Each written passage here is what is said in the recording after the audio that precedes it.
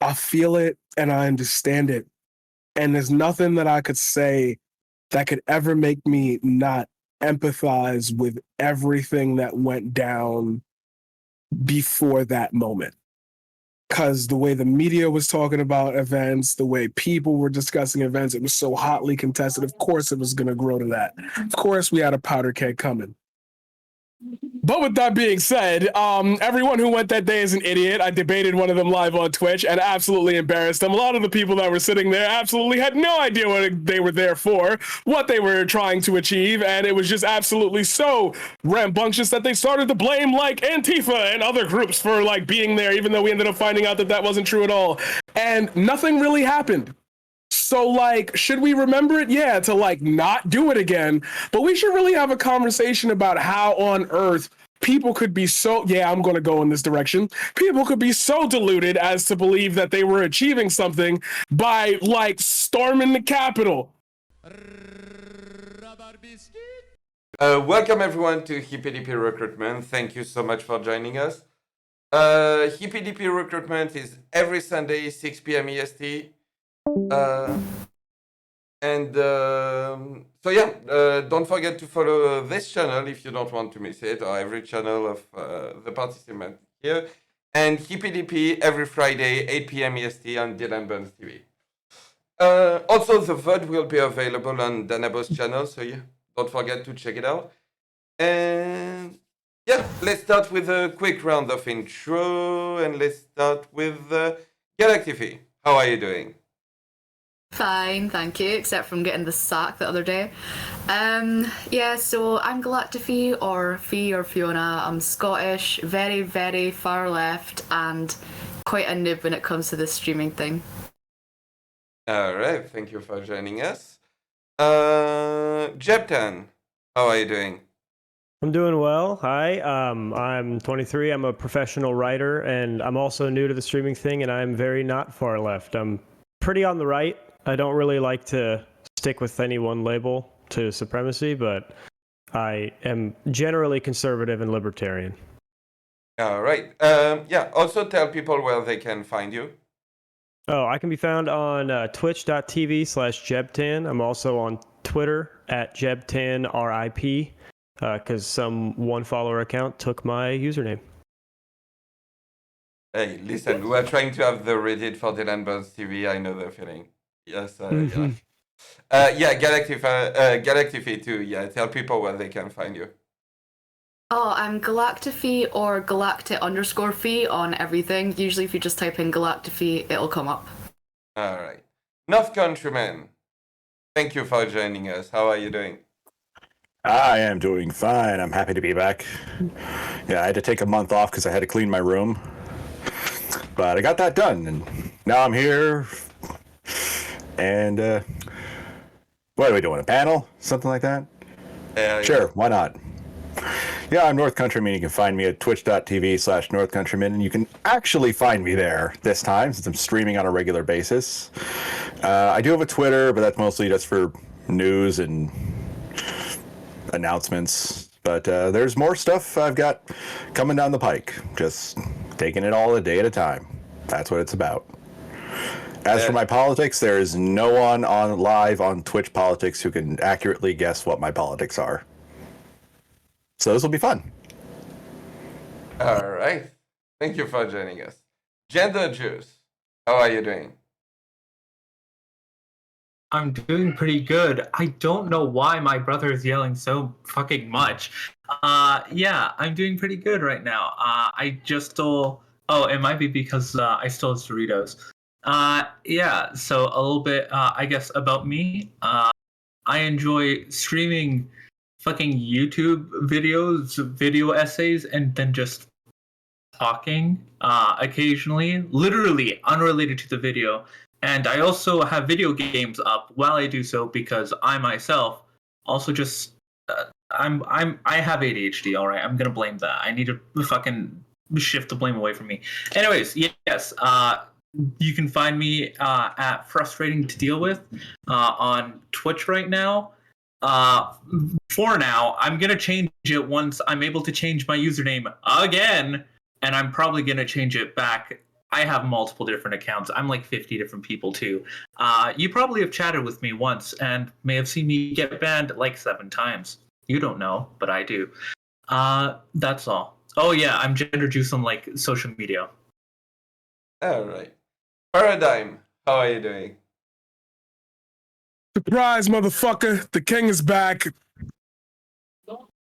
That's how I'm doing. Everybody I know, my dad at one point was like, I don't really know anybody who has COVID. It's kind of insane that like so many people you know have had it and have passed away. Now the story's changed. She knows who has COVID. And oh, joyous, blessed day could it be. So I am in my house currently right now talking about news, politics, things that matter to me, and making you hopefully think about things in a different way. Applying nuance and thought and and compassion and empathy instead of, I'm right, you're wrong. You can find me at twitch.tv/the_paradigm_shift. You can find me on Twitter at Marquise Paradigm. My plan one day is to hopefully build up enough steam to run a campaign to be president, because unless I'm a superstar in the artist field, I won't ever have the reach to say what's truly important until I get there. And that's why I exist. Yeah. What an intro. Dylan, how are you doing? Tired mostly. Long weekend. Yeah. So the man behind the movers and shakers, the DDoS. Yeah. Yeah, long week of One and cybercrime, huh? Long week of cyber terrorism. I'm hiding out in the mountains of West Virginia to flee federal authorities who are hunting me down to defend France's honor. Yeah. So you can find me at twitch.tv/Hasanabi. Also. CTV, how are you doing? That's it. CTV, how are you doing? Fuck you, geek. That's how the fuck I'm doing tonight, right? Okay. Paradigm shift, the king is back? Shit. More like hashtag talks too way motherfucking longer, don't say a motherfucking thing. That's all I heard. Same repeating from last time. Ain't got shit, right? Everybody else on the panel, fucking welcome, right? Let me tell you what this is. This is, in fact, the Hippy Dippy Sunday Recruitment Show, where you are vying for your place to possibly appear on the Hippy Dippy the Hippy Dippy Friday main show, right? That happens, hosted by the internet's #1 fucking authority on cyber terrorism, right? Dylan Burns. That's who, right? That's what you're trying to do.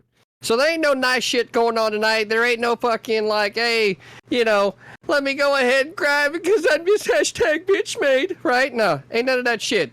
Give me what you got. We got a hot topic tonight coming on with motherfucking January 6th. Gonna be a lot of fire on my end. Gonna be listening real intently. So let's fucking do this. And Dylan, I know you're tired. Get the energy up, man. Go drink you a fucking Mountain Dew or something. It's about to get hot up in this motherfucker. You know what I'm saying? Let's go. Yeah. So, let's go over the rule and the format real quick. So, we're going to start with one fun topic, one serious topic in the middle, January 6th, and one fun topic to end on a good note. Each topic will go like this. Opening statement, the floor is yours, open floor, and closing statement. Try to keep them as short as possible. Try to keep your opening and closing as short as possible. 1 minute top. Do not interrupt during opening and closing. And last time you can address a topic is during the opening of the next topic. As for the rule, when I speak, it's to moderate. So when I speak, no one speak. And nothing TOS, and respect everyone's identity and pronouns. And with that, I think we'll be cool. Let's start with the first topic, which is... All right.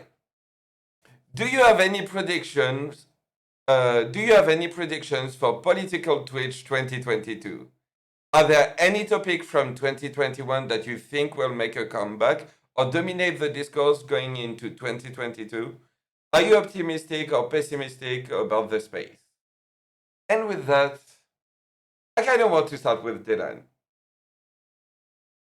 So you want me to tell you if I'm pessimistic or optimistic about the space? Yeah. Your prediction for 2022. Well, for the rest of you guys, sucks to be you, but for me, it's gonna be great. I got so much planned for the Hippy Dippy Championship, the Hippy Dippy brand, rebranding on the channel, expansion. But honestly, it's difficult because I feel like the Twitch politics space, outside of election years, just has found that in 2021, for example, it struggled because it had to deal with what the mainstream media has also had to deal with, and that is a dip in viewership, that's a dip in interactions. And the only time you really saw our space explode is when there was a huge news story, and or when there was, say, so to speak, some big drama bullshit, right? And outside of that, the space kind of suffered. So I'm thinking going into midterms, we're going to see some of that recover that we saw in 2020, not to the same extent since it's not a general election. I think also it's important for people to diversify their where they're investing their time. A lot of people know that Twitch is not generally the place you want to go to grow a platform. It is the place you use to coordinate with other creators, collaborate, and you're going to use off-site places to grow your platform, say YouTube, Twitter, TikTok, because their algorithms are just more suited for that. So I think this upcoming year is probably going to be better than 2021 when it comes to growth to the space and interaction, because we're going to have midterms. And I think that more and more people are diversifying. I see more people going into YouTube, more people going into TikTok, more people going outside the space to bring more people in, which I think is important. And I see more creators outside of Twitch politics coming into the Twitch politics space. People like Nicholas Diorio or other people outside what is traditionally known as political Twitch. Too Mad recently even. Real Ranton, the Shaolin Monk guy. So I would say that I'm more optimistic than I was for 2021. But I think it relies on us all still not being terminally online, which is our biggest challenge. All right. I'm going to throw it to Jebtown. How's it going? I guess generally I have been pessimistic about the Twitch politics sphere. That's kind of why I wanted to start streaming, is because it started to, there's a lot of when it comes to debate, there's a lot of infighting that happens on Twitch politics, but not a lot of outfighting. So you get a lot of conservative panels with conservatives on them, get a lot of lefty panels with leftists, all screaming at Destiny on them. And then you have not as much crossover. And when there is crossover, it just devolves into a screaming mess of basically everybody arguing on their own factual premises and nobody trying to bridge the gap. So I think generally I'm optimistic for this coming year because, I kind of want to jump in and maybe see if I can get a bigger platform and try to bridge some of those gaps. And hopefully, it looks like more people are starting to see through some of the bigger creators' kind of premises that they like to stick to that might not be completely true, and some of the facts that they do or don't know, because a lot of people trying to talk out of their ass. So I think generally optimistic, because I think though there was a dip in viewership, the people that stayed watching Twitch politics have become wise to the formula a little bit, and they're becoming better viewers at kind of holding people accountable. As much as there are a lot of trolls, I think there are a lot of people who are a little more critical of the people that they watch and the people whose chats they actually sit in. All right. I'm going to throw it to Paradigm. I started on election day. That's so funny. I started streaming, I think, months prior, but it was on Facebook, and that didn't really work so well. It was a cute experiment, but then I found Twitch as my home. I've been on Twitch since its inception. I was under a different name, doing different content back when I was a fighting game player. As far as optimistic or pessimistic, I think a lot of y'all are weird. And when I say y'all, I really mean the larger creators. I think just personally, that space is becoming like you guys are all trying to cash in on the Keemstar, the kind of social drama, and you're missing the forest for the trees. But in that same realm, I've seen a lot more nuance and a lot more discussion about things that I thought were going to get ignored. A lot of people now are starting to talk about things that I felt were important when I started. And as I'm meeting smaller creators, I'm meeting more minorities. I don't get a chance to talk to a lot of minorities, even though I live in a minority. Like, people just don't care about politics out here, and neither do I when I go outside my door. Now that I'm being introduced to a lot of more Black creators, I'm being on these panels with different, I'm just learning more about people and either confirming or changing what I've learned. And that makes me feel very good. And I feel like if we're having if not having me, but if we're having people like this and we're having platforms where smaller creators can talk and actually, say, hey, I've got something to say, like, moving forward, the attention will be on, okay, the smaller creators create a lane for people to discuss things, and that reaches the bigger creators. That lane is getting stronger. And I'm meeting people that I never thought I would meet, and it's just cool. So I'm very optimistic for the future of 2022. Very, very optimistic for 2023. And I do agree with Dylan. It seems like we have these moments where these spaces eat each other when there's nothing big going on.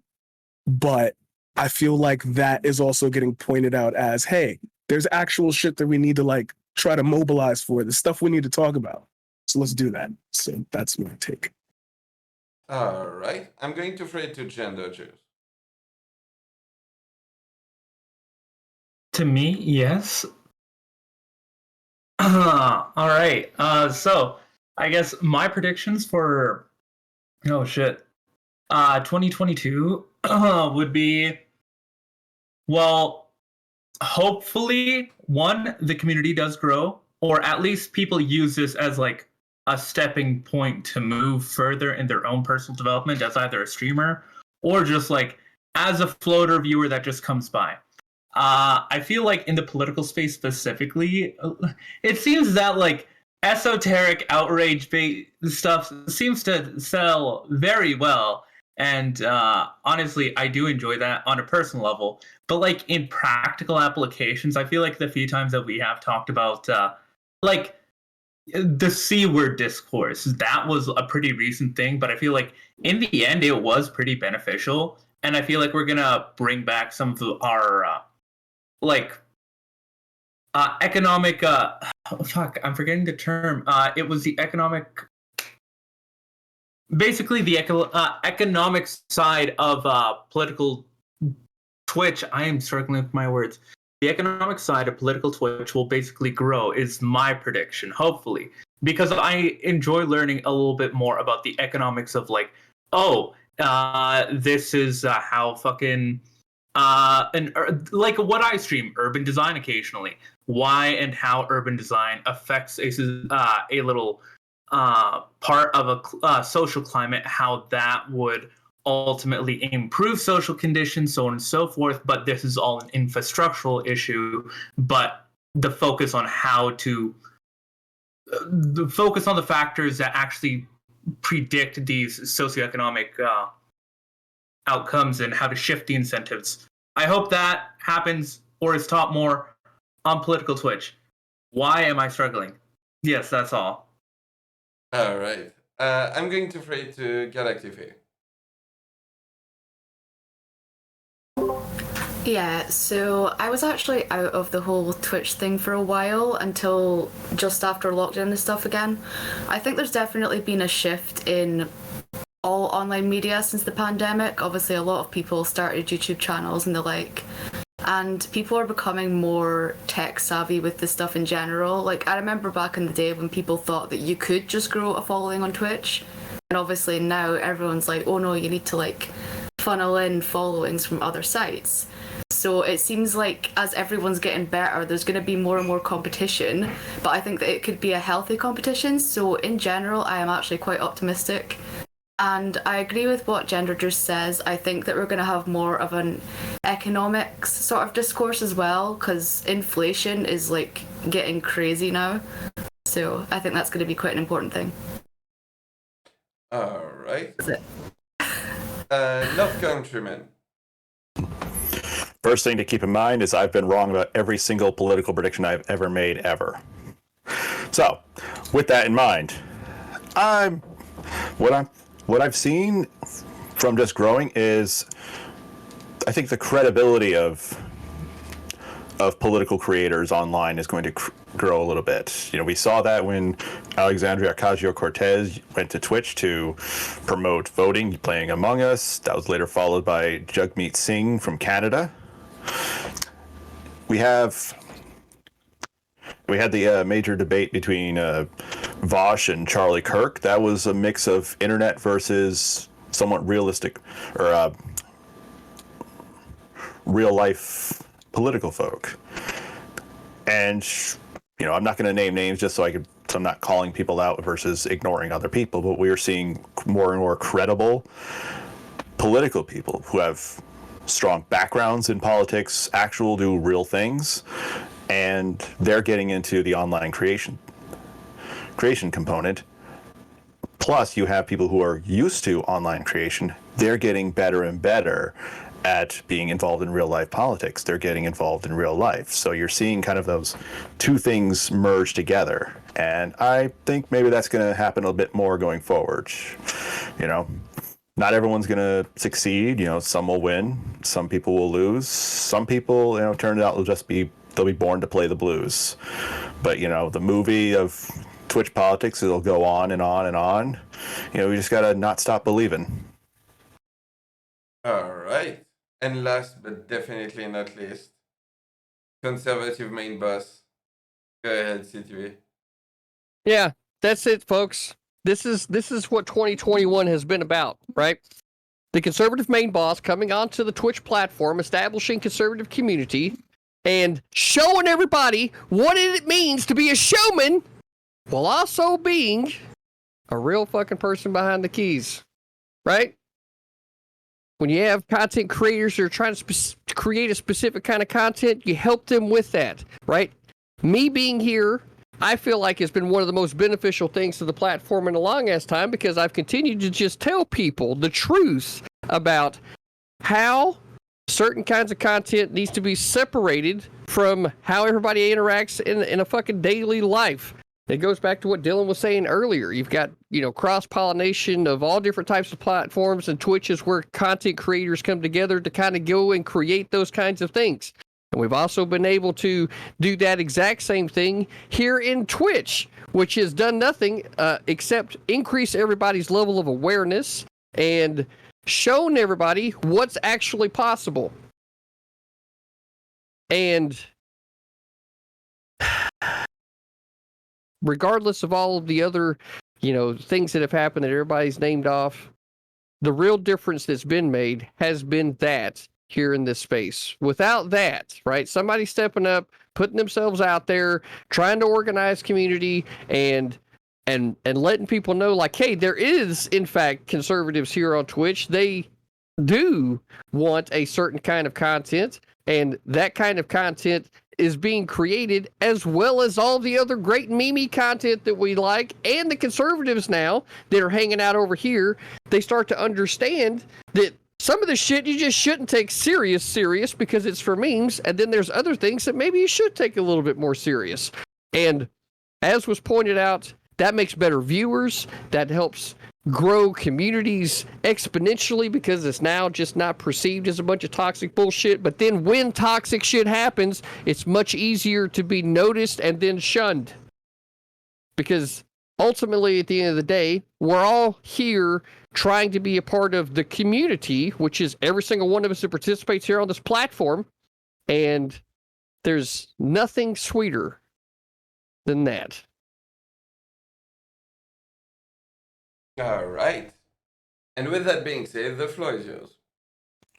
Let me say one thing about the conservative main boss. It is a good thing. So alphas in the wild, you know, contrary to popular belief, they're not the alphas because they're the strongest and fight everyone. They're the alphas because they nurture the rest of the pack. They help them. They help the rest of the pack, and the pack helps the alpha. Right. And this guy, he helps his pack. You know, there are a lot of, you know, small righty-ish streamers.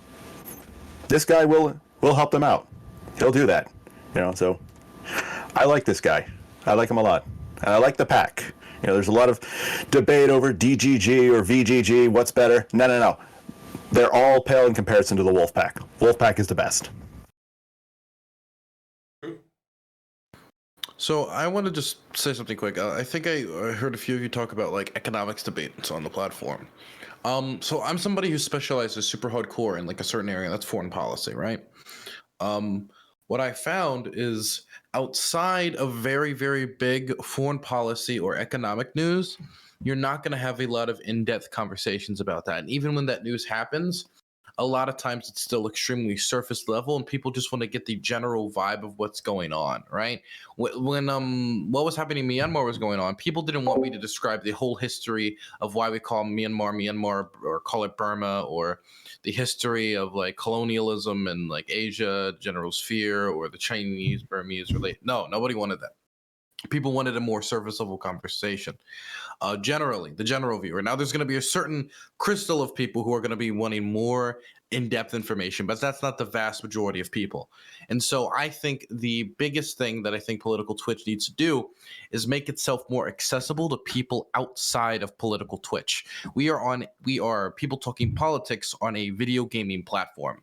And I think some of us need to realize that. I think some of us want this to be a kind of university scholastic program, right? Where we all stand in front of whiteboards with markers and like get really in depth in economics. But the people who do that are usually also the people who are not exactly the centers of our space. There's not a lot of people we can point to and say, that person's a staple, and that's the type of content they do. That person's a staple, and what they do is read books on stream and do in-depth economic analysis, right? There's people like Econ Boy, which does do in-depth economic analysis, but let's also be honest that this is a person who also is not exactly a staple of the space, stays within that sphere, and outside of an economics debate, like, you're not tuning in for anything else. So if there's anything else going on, it's hard to establish a community if all you're talking about is this one singular issue and there's no economics news. For example, I'm a foreign policy guy. What foreign policy news are you guys looking for right now? Before we get too far away from it, though, Twitch specifically, I do enjoy their TOS because, as a fucking point of fact, right? A lot of the conservative creators that are out there on YouTube or some of the other places end up saying a lot of really heinous shit as they're explaining their ideas. But being able to refine the language that's more universally acceptable, that we would probably most agree needs to be on like more mainstream news media, like, you know, being able to more eloquently put your idea out there, really, I think, brings the cream to the crop, or the cream to the top here in Twitch versus on other platforms. I'm not saying that the other platforms are useless, because they definitely have their use, but I don't know that it needs to be moved outside of Twitch, because I do like the controls of TOS of forcing people to be more, well, not shitheads, right, when it comes to describing their ideas. You know what I mean? If I could piggyback off of that, I come from an academic background, teaching political science. I mention it every freaking time there's a camera on me. And I actually also literally have a whiteboard in my office. The reason that I do the Twitch stuff and the online stuff is so I can get better at, just communicating and articulating an idea, not necessarily avoiding the, naughty words, just doing it in a coherent and digestible way. And so for me, that's, a modified version of Politics 101. So it is possible to do that kind of surface level stuff. It's just matching the medium to what you're looking for. Yeah, I think it's kind of what CTV and Paradigm were both kind of mentioning, which was like having a little bit of personality, and making sure, like, you can be that real person behind the keys. You can be the Econo Boy up here, right? But what would help a guy like Econo Boy hold more creatables accountable factually, Econ Boy, hold more creators accountable factually, is if he had a bit more of a personality to where, his debates had more staying power, right? Usually the clips regarding like Votch's conversation with Econ Boy or Destiny's conversation, it's how those streamers are responding to him. Whereas if he had a little bit, I don't want to say adversarial, but if he had a little bit more passion behind some of what he was saying, you'd get more clips of Econ Boy.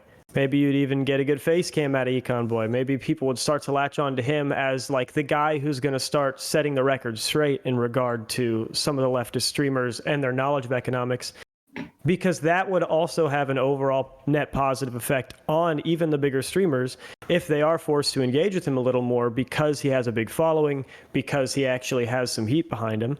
Because eventually you're either going to have to be purposefully ignoring a guy like that, or you're going to have to start becoming a little more factually in line in your conversations. Otherwise, if Econ Boy were to rocket in popularity because he put some more passion behind it and got a bigger following, these guys would have to engage with him, or it would be obvious they were trying not to. And it would force them to, hopefully, base more of their arguments in fact, at least as far as they're willing to debate. I just took a look at his YouTube page. It is Econ Boy. Yeah. And also, I'm very sad about the whole need for a personality. I'm like, damn it. They don't sell those at Walmart. Well, it's like, when you come onto this space to talk about something that isn't video games, if you're not doing like super hype streams, like, giveaways and like cool FPS moments, blah, blah, blah, you really aren't like what this platform was designed for. So anybody who sits there and talks for a period of time is like gonna lose. You're gonna lose your blind. But Dylan, you were saying like, is you're a foreign policy guy? Yep. If you take what you know and you apply it to how you think people would be attracted to it, if you put yourself into it and say, what would make people sit down and listen? What made me sit down and listen to foreign policy theory for like 4 hours a day, 5 days a week when I was in school? And when you take that and say, well, that was interesting. When you start to talk like that and get used to being on camera and like talking to people about what matters to you, they will feel that. And that's how I feel your community can grow, is you really want to start with not being, even though it's the slowest grind possible, not being an antagonist.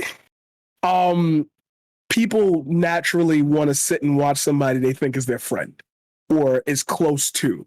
And you want to create that closeness to a degree where it doesn't matter what you're doing, people are there for you. At least that's how I view it.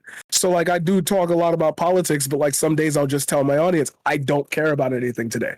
I'm going to play Super Smash Bros. Or let's finish this game or something else. And they'll stay because even though they came for politics, they came more to hear or see what I was going to do that day. And once you start to build that type of momentum where people are here because they see a name and want to click it, that's when the ball will start rolling.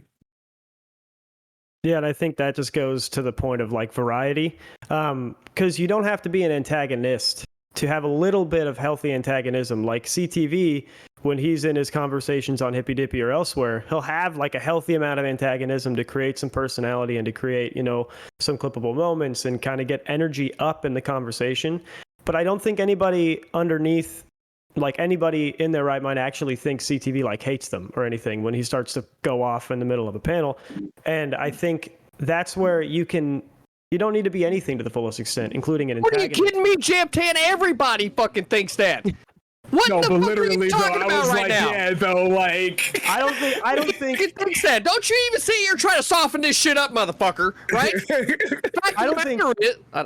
I don't think they think you hate them. They might not like you, but they don't think like, oh, CTV, if he saw me in the streets, like, I'm catching that fade. Like, it's not. I'm still not sure about that, it's man. It's not a personal spite on them. Yeah, exactly. So getting that healthy antagonism, though, it gets the energy up. See, you weren't talking like everybody was in an orderly fashion, then he brings that energy up, and now multiple people are ready to talk and put a piece in. Like, that's the energy you have to carry forward.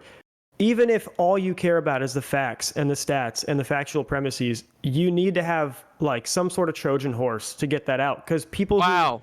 Now we got to bring. Why do we have to bring prophylactics into this? All right. Like literally, we were doing fine, and then all of a sudden we make that fucking hard left. Like, geez. Yeah. Well, you have to have a way to get the ideas in to people. This is where it comes up. Who don't want it.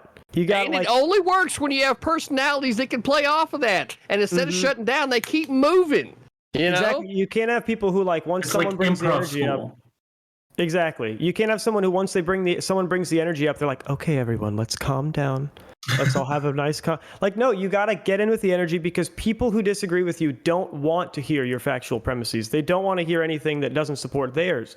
So you have to have energy and you have to have momentum, Otherwise, it's going to be dead as soon as it starts. Like specifically, I keep going back to Econo Boy, but he's a good example where like he got a good bump How in many fucking popularity. times I gotta correct you tonight? Jesus. Well, didn't we find out it's Econo Boy? I thought someone looked It's it up. Econo Boy. Is it Econo Boy? It is Econo Boy. Well, he's Econ Boy to me now. I don't know what to tell you. I just Trojan horse my Econo Boy factual premise to CTV right there. So once you get that momentum, dude, if you care about the facts and you really care about getting people to be reasonable, you have to be a little bit antagonistic or a little bit energetic to get that across and to give yourself some momentum to actually convey your ideas. There's a little bit of an improv element to it of the yes and.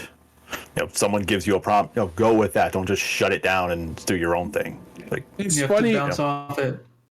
Sorry, go. Oh, Yeah. it's funny you mentioned the yes and. That's what I was going for with even the opening statement. It's like I've been online for so long. Like I watched the whitest kids, I used to watch sketch comedy all the time. Like YouTube for me was like a nice joke and a place to like save videos and stuff and watch other creators like make funny relationship videos. Like I'm just used to being able to make it fun. And I think a lot of what we talk about when it comes to politics isn't fun. Is how do you make it fun while also being like, yeah, this could like totally upend the world and climate change and everything's burning. But haha, you have to just find the peace in the fact that people are coming to you, especially on Twitch for political news or news in general. They're coming to you for like a little bit of escapism, a little bit of a realm of like, hey, okay, I'm coming to you for information because I like what you say. If you put yourself in that spot, that's where you'll grow to figure out your personality. What do people like about me? Do people hate when I'm low energy? Like I'm honestly legitimately scared of CTV, and here I am facing him. I used to watch Dylan Burns with my girlfriend on the TV, and we'd sit there just look at all these panels, and now I'm looking at him in the face. Like, if you are afraid of Is that how you got over your own jealousy right there? I know your girlfriend she had to be checking out Dylan. Yeah, Dylan could take my bitch. It's okay. Also, be careful about looking in the face too much. Damn, that's like some cuckoldry fetish right there. He's Wow, like, you what can the fuck? have her, bro. You can have her. Like, Okay, that was the one. He's into hot wifing. I'm sorry. Damn. There you go. There's your moment. But yeah, no, like this. Like, we're about to talk about something dead serious, and it's like I don't want to sit here and like have you put yourself into it. Make fun of it, and people will find that fun and be like, "That's the guy. You're the guy." And or the person, I should say. I apologize. You can say like the things you were insulted, so I'll let you go. Wait, how was I insulted? Oh yeah, never mind. Then I'll go. I think it was just offered something, actually. It went you so can- many directions. I will say, like, whenever I'm on these, I say and believe pretty much everything that I say. I put a little English on the ball if I can, just to make it interesting. I think the only thing I've ever said that I don't actually believe in is that submarines are useless, but that was for a bit, so... You just confused the fuck out of everybody. Everybody. That's what I do. Nobody understood your English reference except me because I play pool, right? Everybody else was like, what the fuck is he talking about language for? Yeah, well, they need to go read a book then. Oh my god, that ain't even just shit about reading books, about going to a bar. I'm About- so go confused. touch What some about bars. the picture books, though? Those, I mean, I don't know. I'm getting off topic. What the fuck? We've just shifted all the way to the right. Okay, I'm so sorry. Okay. I should bring us back. That's the goal.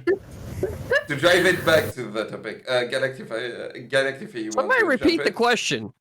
Yes, just repeat the question. So The prediction, political prediction, prediction for the political sphere, like Twitch political sphere for 2022. Basically, are you pessimistic, optimistic, and everything? Oh, I'm optimistic for the space, to be sure. Yeah. Not The space- optimistic about the timeline.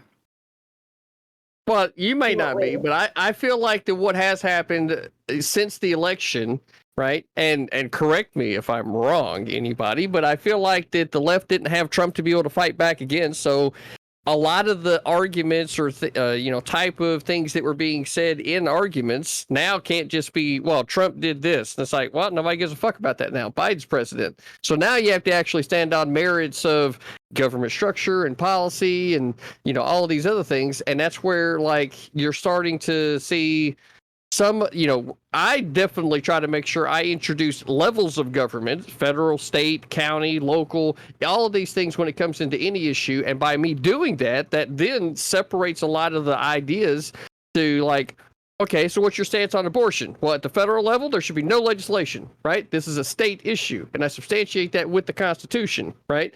You can argue. And then after that, for me, it's only ever a state conversation. Somebody can say, oh, well, we need to advocate this federally. And then I get to use the Constitution to bedrock why it is that this thing needs to be a state issue.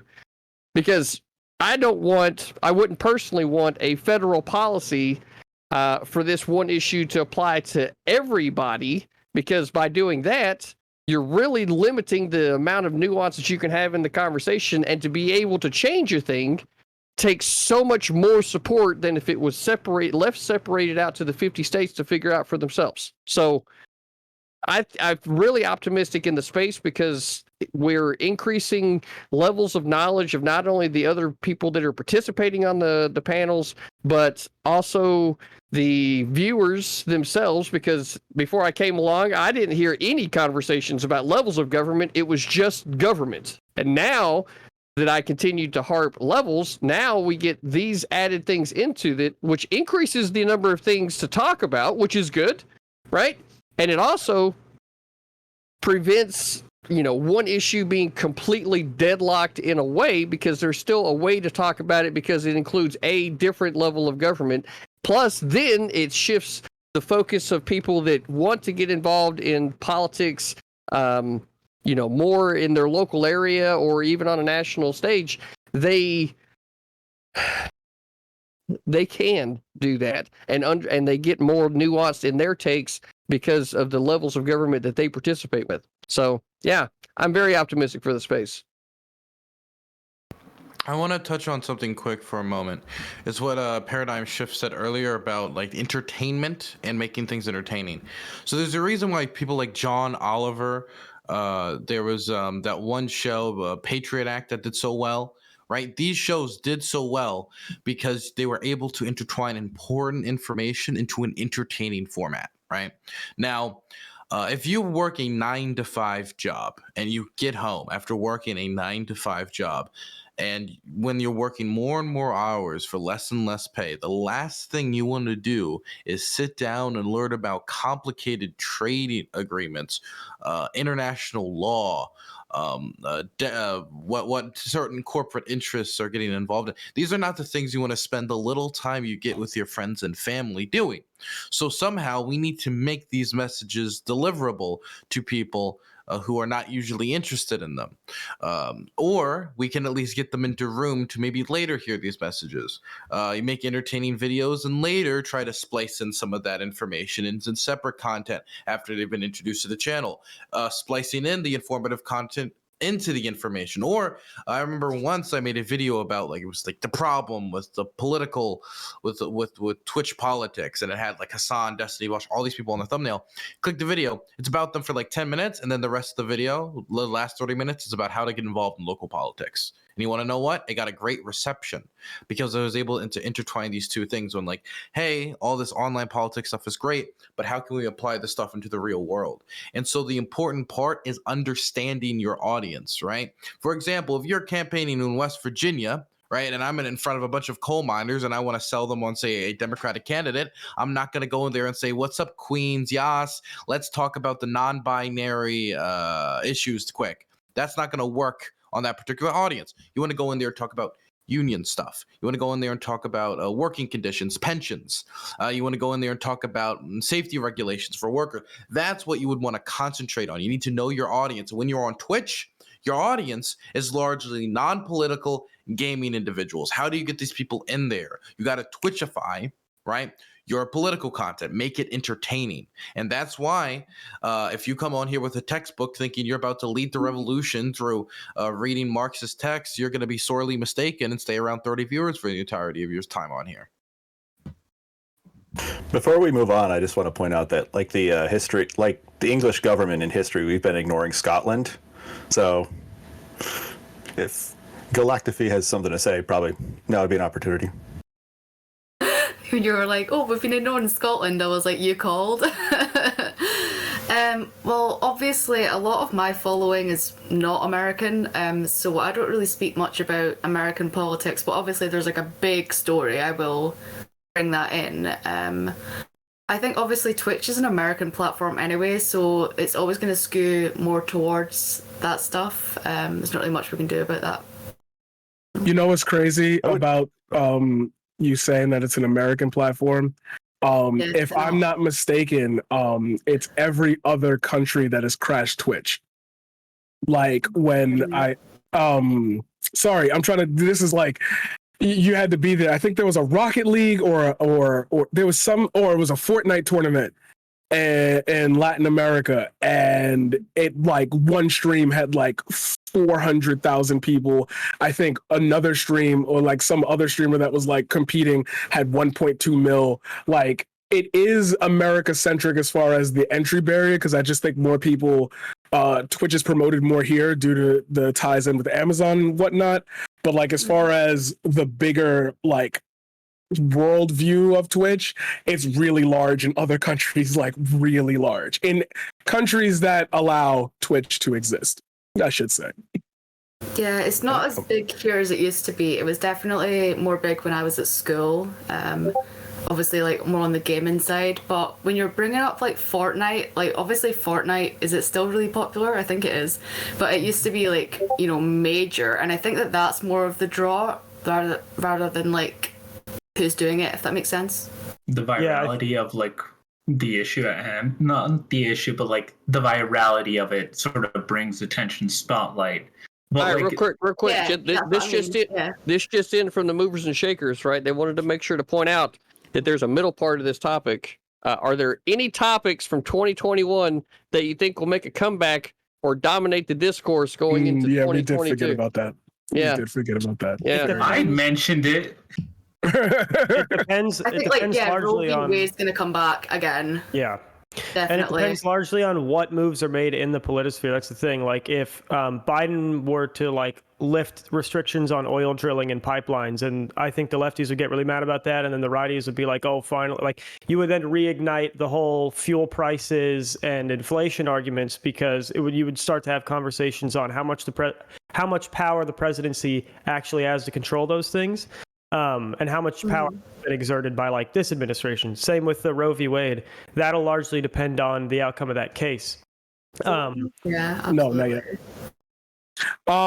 I would also say I think we're probably going to get another word discourse. I get the feeling that as we're watching Marjorie Taylor Greene, as we're watching like other people get taken off of platforms, we're going to have a real deep discussion about the reemergence of net neutrality. Somebody else is going to say something that we all think is like corny, but they're going to get banned on Twitch for it because it's going to become a thing, and that conversation is going to happen. I really feel like the main topic from 2020 and 2021 that will come up again in 2022 is terms of service. What actually do we want these companies to have the ability to do? When do we judge it as something worthy of conversation? Or when do we just say, that's the rules and that's what we got to stick to? I'm not going to get into that because that's not part of the conversation. I just feel like that's going to be the major topic, is like the First Amendment. I'm just going to say it, like it's going to end up being a conversation about how much power do these corporations really have? Like what do they get to say? What do they get to do? I think we more about like censorship. Yeah, definitely. Yeah, I was gonna say if you hail it under the flag of a conversation about terms of service, that's not exactly, I don't think, the sexiest topic. But yeah, big tech censorship that's definitely going to persist through everywhere. I mean, you still have a former president of the United States, regardless of your opinion on him, he's banned on pretty much every platform. Wait, you don't think TOS can be sexy? I think TOS is sexy. All I'm saying is that we like, and we all consent to terms of service without even asking. Terms and conditions, like it's the I we read it deny like more a sexual. psychopath. Jeez. we all consent to that. So it's got to be the sexiest topic because it's universally Consent is always a And sexy with that- topic. Following Sorry. instructions. There are a lot of things though that affect us deeply that don't end up being that much big of the discourse. What the exception to that though, that could happen again, and this depends, is if there's a disruptor that puts the focus on that. So if there is somehow, which has proven to be almost impossible at this point, a disruptor in the social media space that puts the emphasis on how their terms of service is like somehow modular, you can opt in, opt out to certain clauses or whatever, then maybe there would be a thing about terms of service. But other than that, I think it's still going to all be behind the big tech censorship boogeyman, which has thus far kept the conversation from being very productive. So I don't know how far it'll persist. The word discourse, I agree with you completely, because there's always a new word discourse. It's like every 3 months there's a new word that is or isn't horrible. The English slur. language. And with that Yeah, being said, sorry. All right, CTV, you didn't speak a lot. Go ahead. For closing Yeah. statement, let's go. Well, are we ready for that? I don't know that we're ready for that, because like the reality here is that TOS is terms of sexy. Okay, literally means terms of sexy, right? So like, as I go down the list, right, terms of sexy, CTV, that leads the list, right off the top. You know what I mean? Then we've got, you know what, Dylan Burns apparently, right? He's given girlfriends now, so you know, there's that, right? And you know, as we continue to move around, like the list of possibilities, it's obvious to me, Geek, right? You know, Geek, it should be obvious to you. You're a Frenchman, right? I know you have to have your fucking door double padlocked, right? To even have any type of, you know, fucking private time, man. So, look, fact of the matter is that this year, I think one of the biggest conversations that made its comeback and is going to continue to be on the minds of people is fucking gas prices. Okay? Gas prices is going to be a conversation over the course of this year, especially for Americans, considering we went up a whole fucking dollar since the administration change, right? So it's going to be interesting continuing to watch the market, see how, you know, gas prices continue to be affected. And as we approach the midterm, I would almost guarantee gas prices is going to be a topic that people are talking about. And hell, for me, I've got 2 V8s. So, you know, I'm definitely fucking watching gas prices. Anybody else? Yeah, and I think people are also watching the attitude of the administration. Every single response seems to be, well, we're in an energy transition, and it's basically like a fuck you, poor people, buy a Tesla. Like, just get an electric car and it won't be a problem. It's like, dude, they're unreliable, they're expensive, they have catastrophic maintenance. Like, the administration's like elitism when it comes to like just buy an electric car is insane to me. Especially considering, like, yeah, some of the best and most reliable engines in American history have been V8s. I've got a 97 Corvette, and that thing's not going to die for another 20 years. But I might not be able to afford to fill it up now. And, like, poor people who have, like, an old Suburban, like, that was the car they could afford to, like, bring their family around in, telling them, like, oh, just buy a big electric SUV so you don't have to worry so much about gas prices. It's like, dude, I bought a 30-year-old car just so I have seats for my kids' asses. Like, and you want me to worry about charging up and like buying a whole new car? It's ridiculous. Yeah. With that being said, there's 2 things I want to say. First of all, you're both wrong because you're starting with the assumption that the people who are watching or who are like participating in Twitch politics go outside, which is absolutely not true. So that's the first thing. And the second thing is that we're going to go into closing statement. I think this topic has run its course, and yeah, I'm going to start with Paradigm. Closing statement. Ladies and gentlemen, Twitch politics is new to Twitch, to everyone, because for the first time ever, people are realizing that a live stream platform can have an actual real world effect, and it attracts people to want to do this as well as it attracts people who want to learn more. As time goes on and time progresses, this space will naturally die out because YouTube is just a place to be able to control how quickly and how much information you ingest in one moment. It's easier to click a video than to wait for your favorite streamer's television show to come on. With that being said, 2022, I think everybody here, everybody that I've met thus far, I think these communities are becoming intertwined, and Twitch politics will become a mainstay on Twitch, if not beginning to dominate the platform. Because as much as we love Shroud and, as much as we love XQC, everybody wants to hear people talk. It's the thing. Podcasts are up. Like, we're here to stay. And if you don't like us, you're going to see us again anyway. I'm going to be on your favorite gamer stream too. Just come chill. Come hang out. It's fun over here. Yeah. I'm going to trade to Gender Juice. Alrighty. Wow, I didn't mute myself this time. Alrighty. I feel like one thing that we can establish, anybody that comes onto political Twitch does not touch grass, but they do smoke it, all right? That's the only thing going through their minds. And so we need to, what's called improvise, adapt to overcome. I think that's the one with Bear Grylls or whoever the fuck it was. I am shit at memes. So I feel like, yeah, in the end, we're going to need to go a little bit more mainstream. Like the stuff that I do, I don't directly talk about politics that much, but I do like sprinkle it in, I have video essays on. The video essays typically about pop culture. And what about pop culture? The leftist shit that I hate about pop culture, which is mainly most of the media you consume is just critiques of capitalism or a trans allegory. But I also literally have that on while I play a video game. I'm literally doing the Amaranth method of being a variety streamer, except I'm doing it double time, a little bit less cocaine, but still a whole lot of smoke if you catch my drift. Yeah, that's basically my point. All right. I'm going to trade to Galactify. So yeah, I think everyone's made some pretty good points. I think we're all in agreement that Twitch politics are definitely going to become more prevalent, because like we said, Twitch is a video game platform, but we've been around here for a while, and I tend to see a lot more people sort of coming into this. They're not coming on to play games and hope to be the next. What was that really famous Fortnite streamer? The guy that started with a D, can't even remember.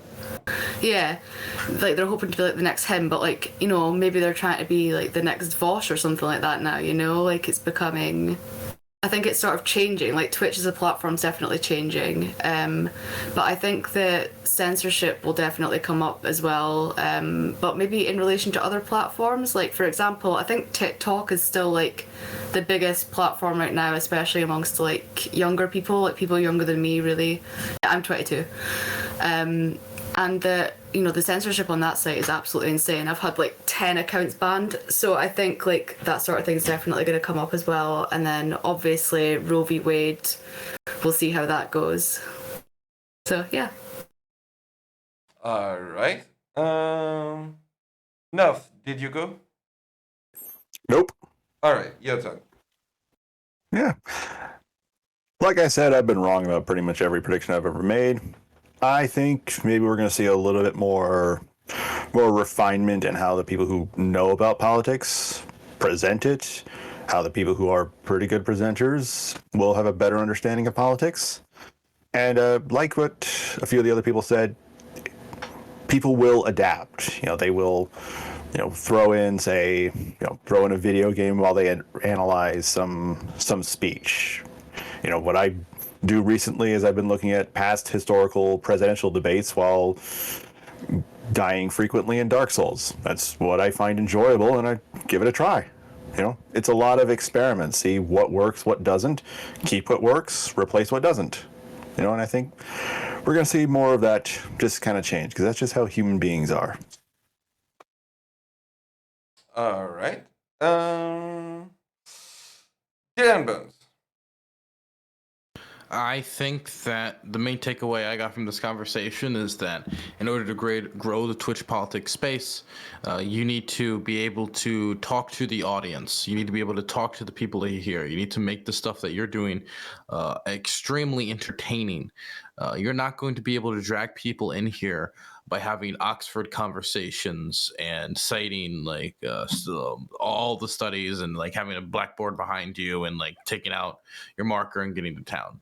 You want to drag in an audience by appealing to the people who are already here and by diversifying what you have on other platforms. When it comes to what we're going to see in 2022, I assume we're going to have a lot of dialogue about the midterms. I assume the dialogue about COVID is going to continue. I assume there'll be more discourses around drama and what other creators have done. While it seems especially aggressive in the Twitch politics space, this is pretty common for the Just Chatting space in particular, and I think that is something that is also, even if it's unethical, helped the space's growth. And we'll probably see more of that in 2022. And other than that, I think we will expect probably more activity than usual in 2022 for the midterms, especially. The question is, can we capitalize on that by making our dialogue on the platform entertaining and by bringing in people from YouTube, TikTok, Twitter, etc. All right. I'm going to throw it to Jeptan. I just gotta say this. It's Go ahead. called co-host privilege right now. That baby is so cute. The baby is so cute. That was it. True. Jeptan, Yeah. go ahead. So I agree with Dylan largely that the midterms are going to bring a lot to the space. Overall, optimistic about like the growth and the viewership. But I also think that it pokes a little bit at your joke before where like fuel prices require people to go outside. But similarly to the drop, there's one kind of through line through all the drama, all the word discourse, and all the actual policy discourse. It's people will get the most energetic about things they're really strong on and things they're really weak on. And coming into the midterms, one of the biggest things that the Democrats are going to be weak on in a lot of the states that they'll need to win is things like fuel prices and grass touchy sort of policies like that. And so that's where you're going to need not only the people who are a little more factually minded to get that energy up and get themselves in front of people to talk about those issues, and either on the Democrat side defend their guy, or on the Republican side, attack some other guys on that subject. You also need the bigger streamers, hopefully, to have to interact with people who are more factually minded and improve their arguments to kind of help. Because like some of the guys said here, there are a lot of people, like new voters, watching Twitch politics, and like they have successfully gamified politics, and the midterm elections gives them a chance to score their points, and you can get people ready to vote, or at least a little more informed with the platform you're going to have through the midterms. But your people are going to have to brush up on some of the grass touchy subjects if they want to be able to utilize that, because those are the subjects that are going to rule the midterms, and we already saw did in the elections on the East Coast earlier this year, is things like fuel prices, things like what's being taught in schools. As much as everybody's made a meme about, CRT on the Twitch sphere, turned out voters really cared about at least the optics of that. So people are going to have to start dealing with some of these more tough subjects, I think. And I think they will, and I think it's going to help the platform. That's my prediction. All right. And CTV. Well,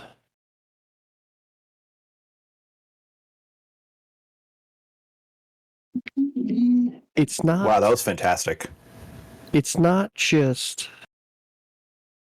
the type of content. It's not just the things you say. It's not just simply being entertaining. You have to be able to grab people's attention. That's the wonderful thing about this space. This is a wonderful thing where content creators come together, right? They have these conversations behind the scenes, and they say, look, I'm trying to create this kind of content. Can you help me? And it's understanding the dynamics of that, both from a content creation and a viewer perspective, that whenever you put a label on something, right, like blood sports, that you know what to expect, both as a viewer and both as a participant. There's no reason for there to be any kind of ambiguity. And there are some people that want to create that more relaxed, factually based conversation that's not as memey, et cetera, et cetera. There's a place for that too. There's a place for all of it.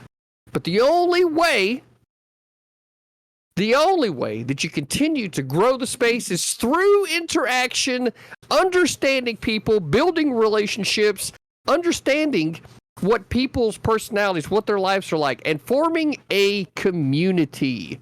That's the only way it fucking happens. That's why I'm very, very happy about the community that I've been building around me. And oh wait, shh, apparently chat's telling me right now.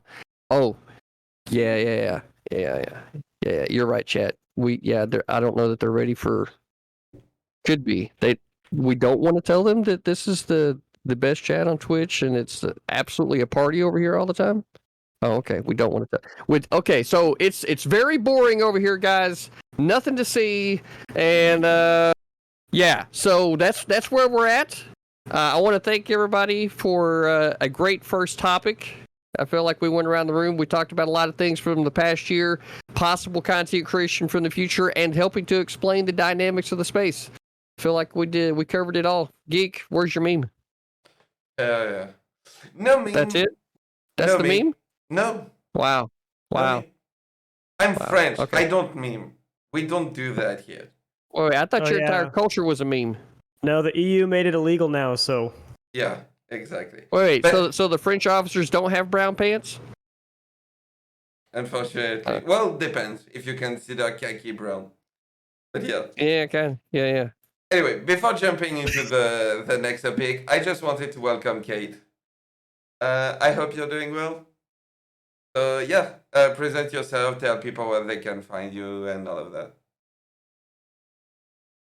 All right, we'll come back to it later. Give me a sign when you're ready.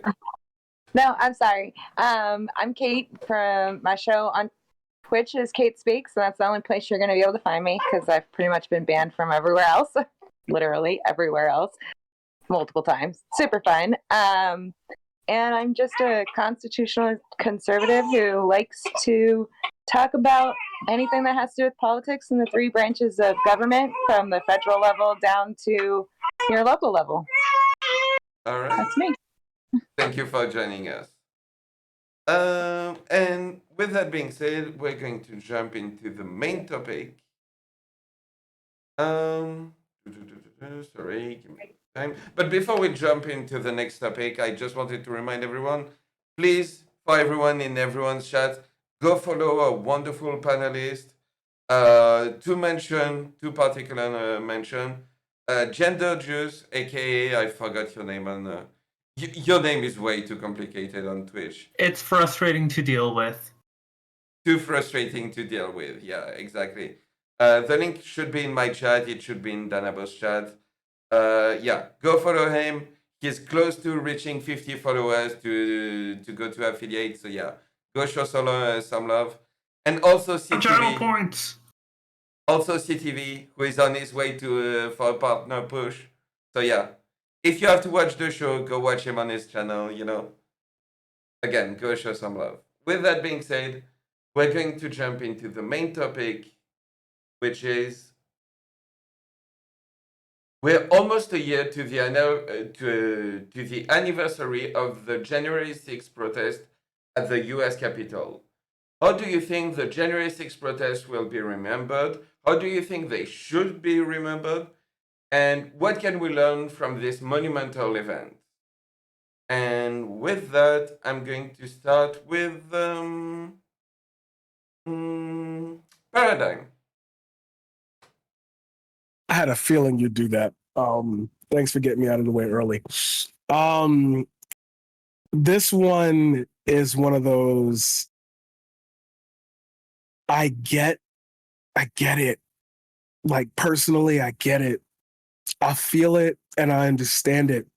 And there's nothing that I could say that could ever make me not empathize with everything that went down before that moment.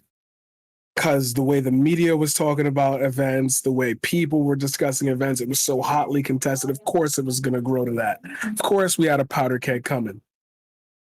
But with that being said, everyone who went that day is an idiot. I debated one of them live on Twitch and absolutely embarrassed them. A lot of the people that were sitting there absolutely had no idea what they were there for, what they were trying to achieve, and it was just absolutely so rambunctious that they started to blame like Antifa and other groups for like being there, even though we ended up finding out that that wasn't true at all. And nothing really happened. So, like, should we remember it? Yeah, to, like, not do it again. But we should really have a conversation about how on earth people could be so, yeah, I'm going to go in this direction. People could be so deluded as to believe that they were achieving something by, like, storming the Capitol. And, like, we all watched it in real time, like we do on Twitch. And there's a debate that it even happened. Like, everyone who went there, not everyone, I should say, but, like, everyone, seek help. Like, I get it. I get that you was getting played. I get that, like, the government sucked and, like, but, like, stop the steal. Like, come on. We're not dumb. We're not stupid. At least I believe that Americans are not this dumb. But, like, what? January 6th, bad. That's my opinion. That's what I'm sticking to, and I'm willing to box over that. What I'm out. I'm done. All right. I'm going to pray to Jebtan. Thank you. How it's going to be remembered is however people want to at this point. We've reached the point with internet discourse where everyone's in their echo chamber, and there's going to be a solid chunk of the population who legitimately thinks that people tried to take over the U.S. government on January 6th. Then there's going to be an equally crazy population of people on the other side who really believe that it was like the bravest of us stormed the Capitol and really almost got it done. And they also believe that they were trying to overthrow the government and that they were going to succeed and somehow install Donald Trump as president again. I think as far as how it should be remembered is similarly to the way Paradigm said, it was dumb. It was a stupid thing to do. The people who were there to protest are fine, but anybody who stormed the Capitol is an idiot. But it also should be remembered exactly the way that the months of riots that preceded it throughout the whole rest of the year should be remembered as well, which is a bunch of people who are also doing dumb things that weren't going to help anybody, but they hurt way more people, damaged way more property, ruined way more livelihoods, and killed way more people. And it should be remembered just the same. And it should, all of that entire year should go to show that when you go and seek to only cause destruction in the name of your political aims, people are going to assume that your political aims are destruction. And it's not going to get you anywhere, and you're stupid for doing it and morally wrong for doing it. Anybody who stormed the Capitol is just as morally wrong as anybody who rioted in the streets through the whole summer and fall, burning down stores, looting, and shooting people in the streets. It's all the same. It's all using violence in the name of political aims and then being shocked Pikachu emote when people are like, I think that your political affiliation, your general political group is violent. It's ridiculous. And it should be remembered as stupid, but it's going to be remembered however people want to remember it, because they have enough people in every single corner to justify their beliefs and circle jerk until they all agree that they're as right as can be. All right. I'm going to pray to Galactify. Yeah, so I remember when it happened, obviously it wasn't televised as much here as it was in the US. I actually saw it on Twitter first. I think it'll be remembered as a big fat fuck up, because it was. I think it kind of shows how easily people can be led, because the claims that the election was rigged in some way they were just absolutely baseless, like, and the sort of blind trust that these people had in Donald Trump, like, it just absolutely shocked me. I was just like, what the actual fuck? Like Jebtan says, you know, it's going to be remembered however people want to, based on who they are. Obviously the people who, well, most of the people who actually did the riot, they'll probably be like, oh yeah, fighting for freedom, like what we wanted, blah, blah, blah, like some American form of Braveheart. But, no. I think we should definitely remember it, and it should serve as a warning that maybe security should be up to events like those. And also, just, yeah, like, watch who you elect into presidency as well, because I think from the get-go it's pretty obvious that Trump was, like, interesting. Yeah, that's my take. All right. I'm going to pray to Kate Speaks. Okay, well, first off, January 6th, there's a lot of misinformation about, like, what was going on at the Capitol at that time and why people were there. And I think that that information is really only available to those who truly want to know what was going on and why people were there.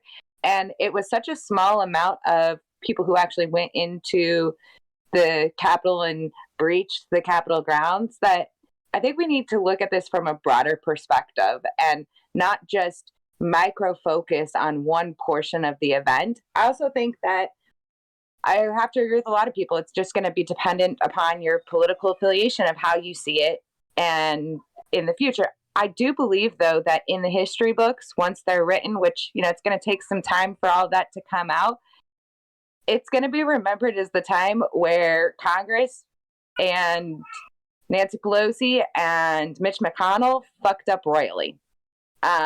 There were offers of National Guard. There was offers for additional security and Capitol Police. And, you know, unfortunately, both of them sort of just said, I don't think we need it. I don't think we need it. The threat's not going to be that big.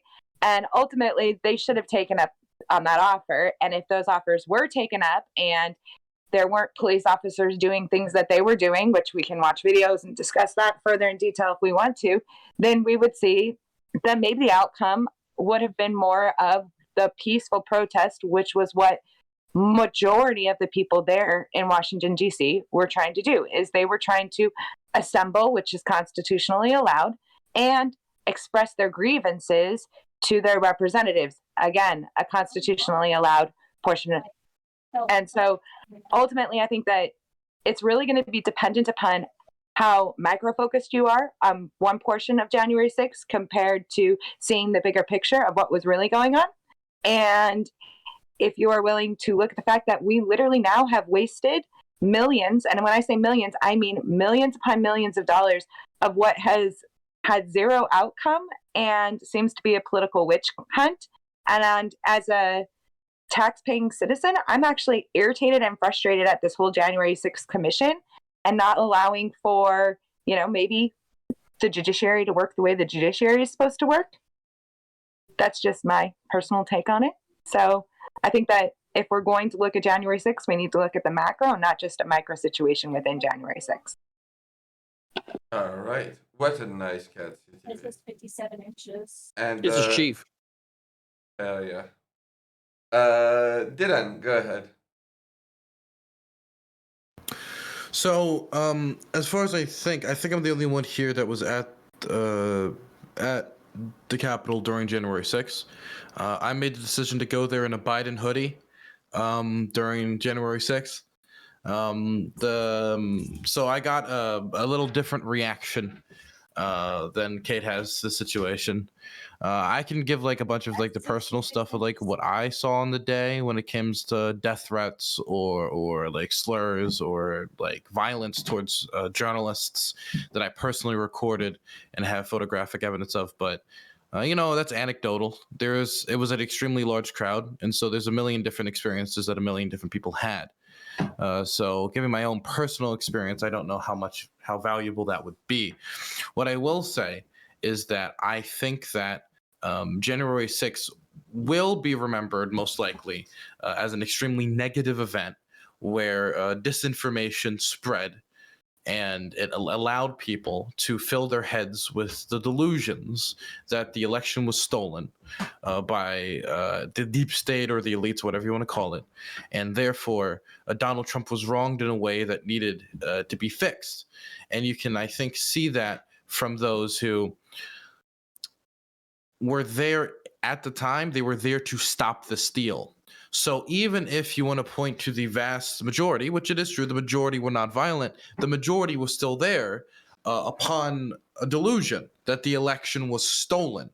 And so if you believe, let me ask any of you in this chat right now or watching, if you believe that an election was legitimately stolen, democracy dead, storming the Capitol doesn't seem like a radical proposal. If you believe that there was some criminal actors that took an election from the American people and murdered our democracy, if anything, storming the Capitol is the only solution in many respects. And so that's why that idea that the election was stolen is so dangerous, and why even if the majority did not participate in violence that day, that idea was able to cause a minority to act upon violence and the opportunity to be violent and storm the Capitol, which led to multiple police officers taking their own life, over 150 injuries, bombs being planted, camera equipment being smashed, a whole host of difficulties. And I'm somebody who was born and raised in the DMV, and I gotta say, being there personally and seeing what happened to my broader community and the place that I used to go to with my friends to just get hot dogs, or my grandfather took me to work to the Bureau of Engraving and Printing, and see those streets filled with people calling me the F slur or saying that I should be hung because I voted for Joe Biden. It wasn't a very positive environment. And even if you want to say it was majority peaceful, that's true. But I got to tell you, they were not vibing. These were not people that were vibing. It was not a fun time. How it should be remembered, I think, depends largely upon the January 6th committee. Why did Mo Brooks have body armor before the January 6th protests? Why did the organizers of the protests were instructed by the White House to go buy burner phones with cash to communicate with the White House staff? Why did that happen?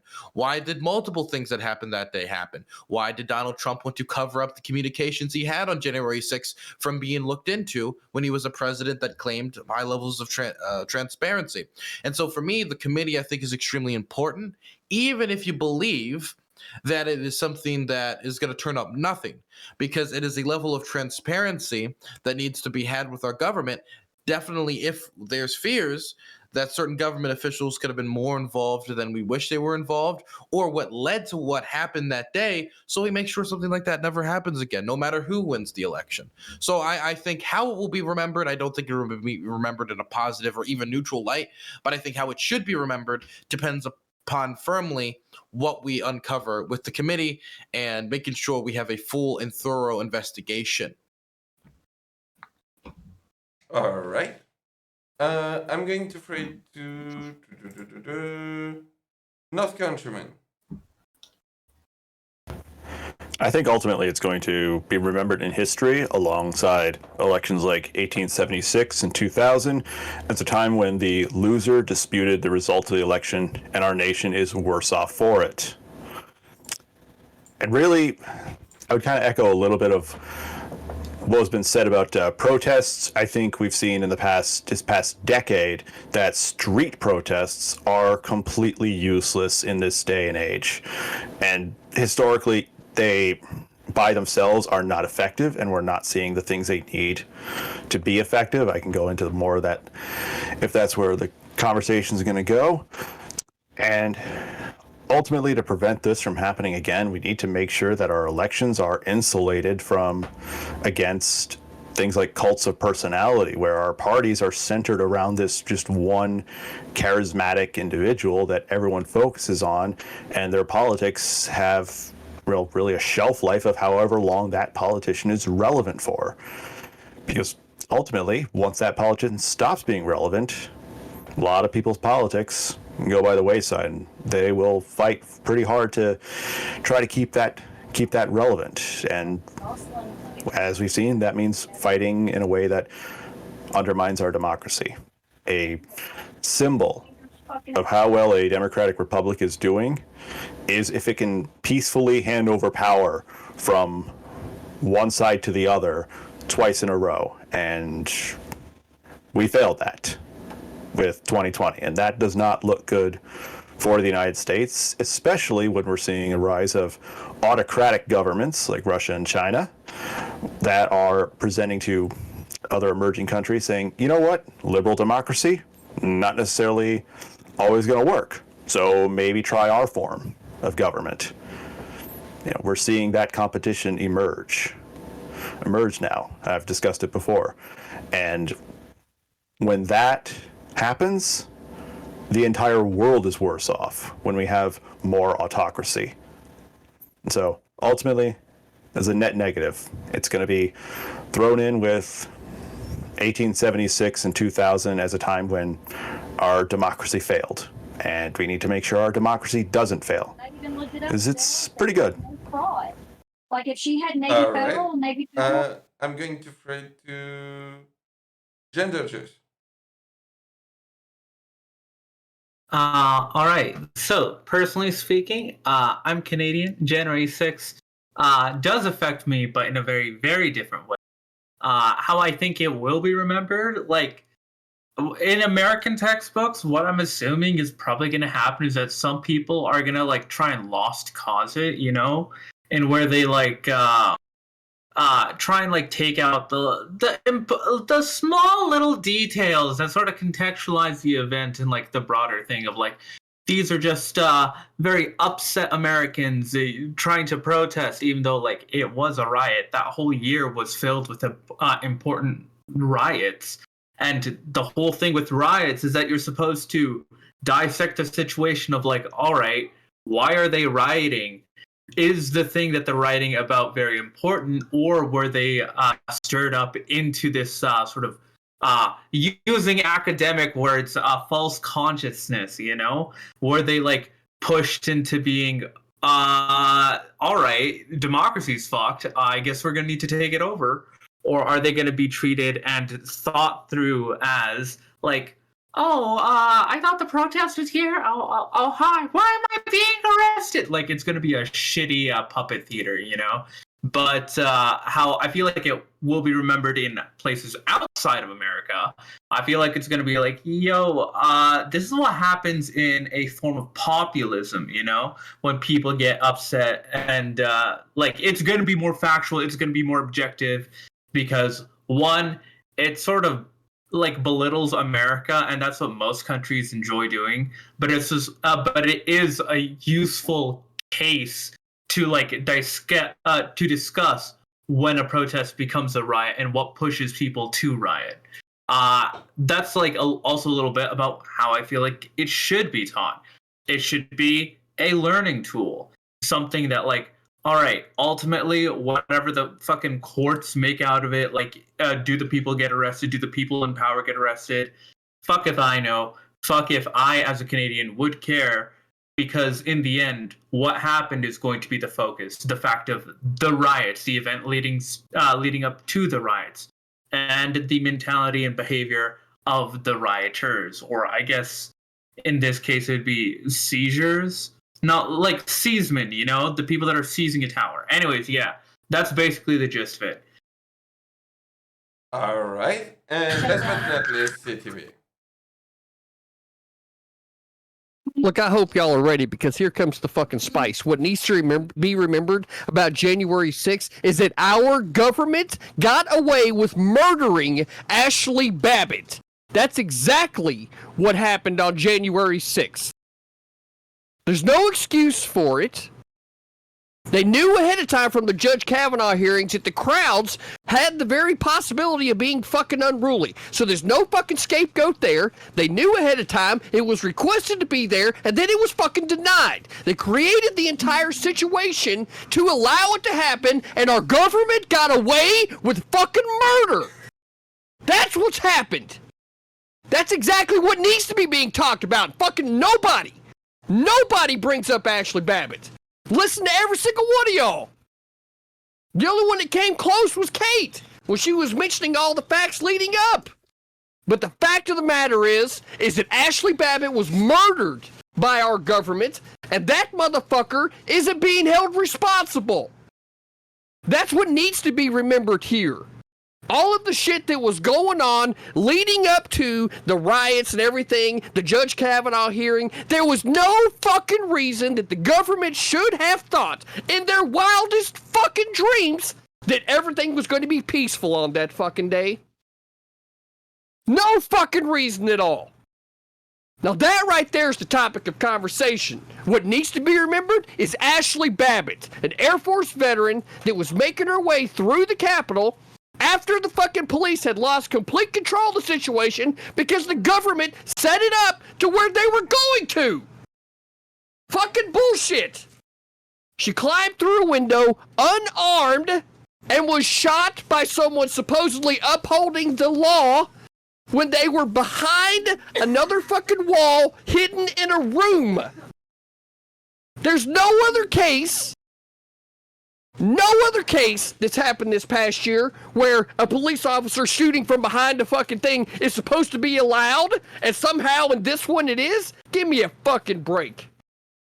So yeah, that's what needs to be remembered, is that January 6th was the day that our government got away with fucking murder. All right. And with that being said, the floor is yours.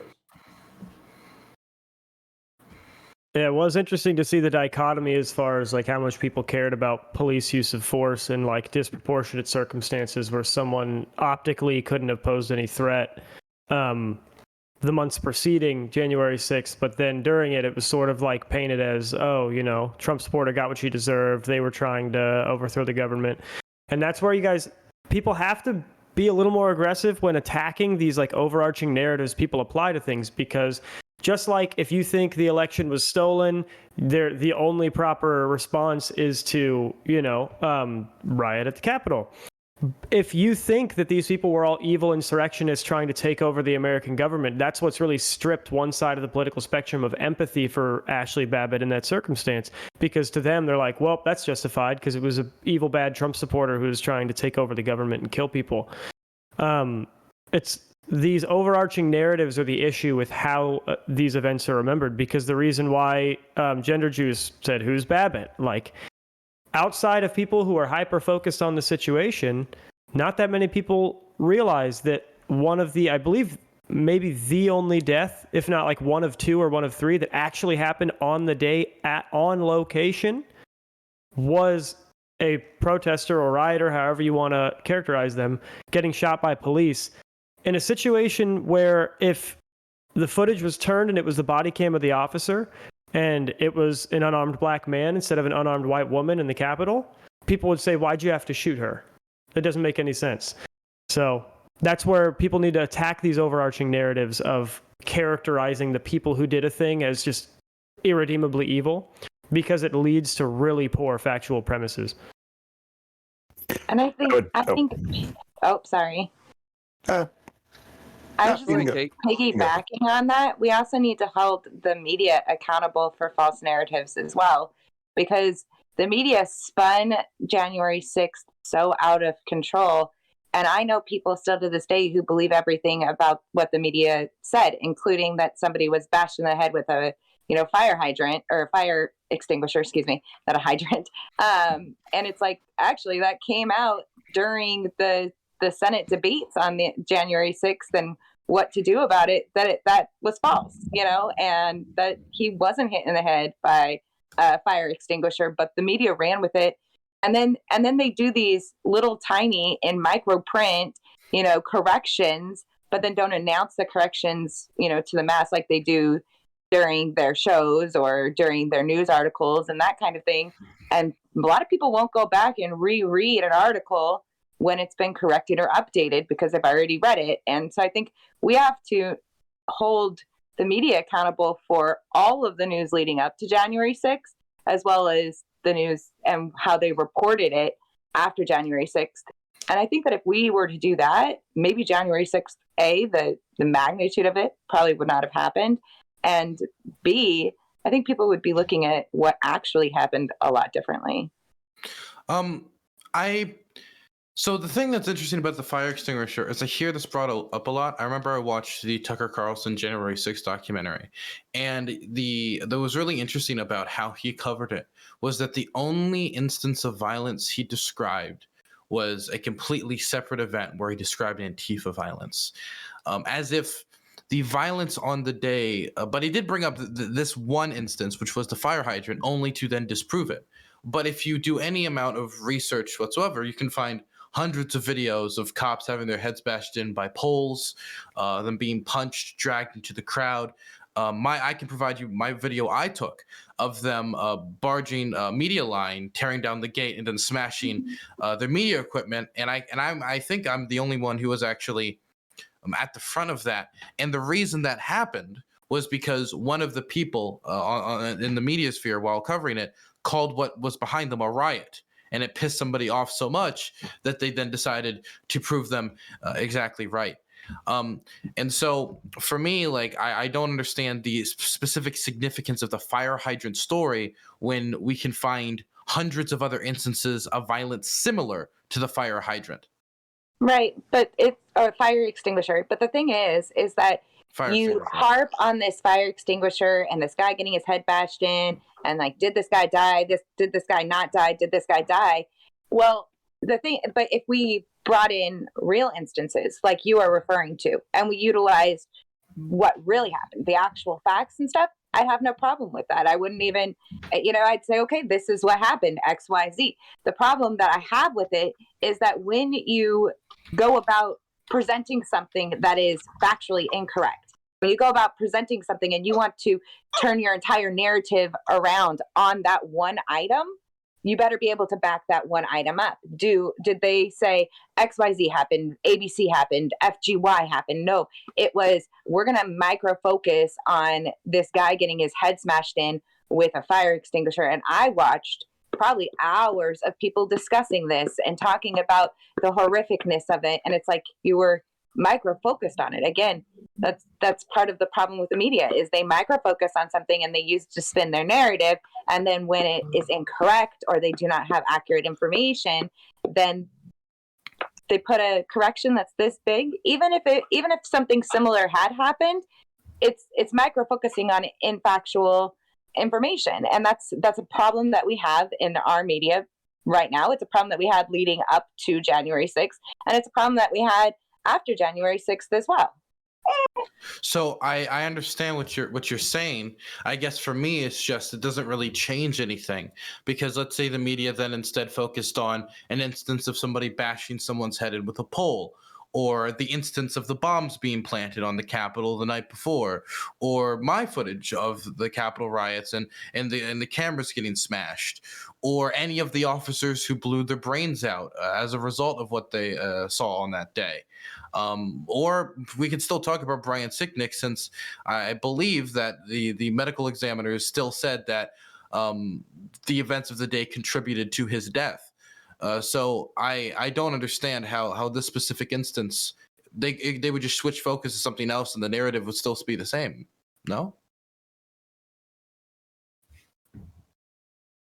Yeah, it seems it seems like she can't put her mic back on, but I agree. I think dwelling on the not so useful points of focus does distract from the main conversation. Because I agree, I don't think conservatives, from a sort of strategic conversational standpoint, are going to win any arguments based on the Capitol riots not being that violent. I think that would be the wrong thing to focus on. I think the thing to focus on would probably be looking at the Capitol riots under the same lens as the rest of the riots that happened the whole year, because I think that's where you start to get the actual sort of message that needs to be sent, which is that the media and what people read and focus on has a lot of sway now over real life action on a massive scale. Because, I mean, you had the Kenosha riots where the whole Kyle Rittenhouse thing happened. That was all based on a shooting that people almost didn't know anything about. I think there were people interviewing protesters there, and most of them didn't even realize that Jacob Blake hadn't died. They didn't know anything about what had happened prior. They had no idea that he was reaching for a weapon. They had no idea any of the facts of the situation, but they were somehow able to be driven by media narratives to go out and riot over it. That's the thing. That's the message that needs to be sent, is we're at this boiling point of populism where people have more energy to go out and destroy and wreck and get angry than they do to actually look into situations. So we need a media more focused on serving facts outside of overarching narratives if we want to correct some of the violence, because people clearly have more energy for that than they do for actually getting informed. And that's where you need people like even Twitch politics people who are willing to put the facts first to make sure that they're not instilling that sort of fear and anger in people. Yeah, and I'd say that there's a difference between, the people dying from the stress of an event is not the same narrative as people dying from physical violence claimed during the event, right? You know, Yeah, so but I would also say that we should probably. I always think that PTSD casualties, where people after a war end up killing themselves due to stuff they suffered on the battlefield, should still be taken into consideration when dealing with the toll of war. And I would say something similar for a national tragedy like was suffered on January 6th.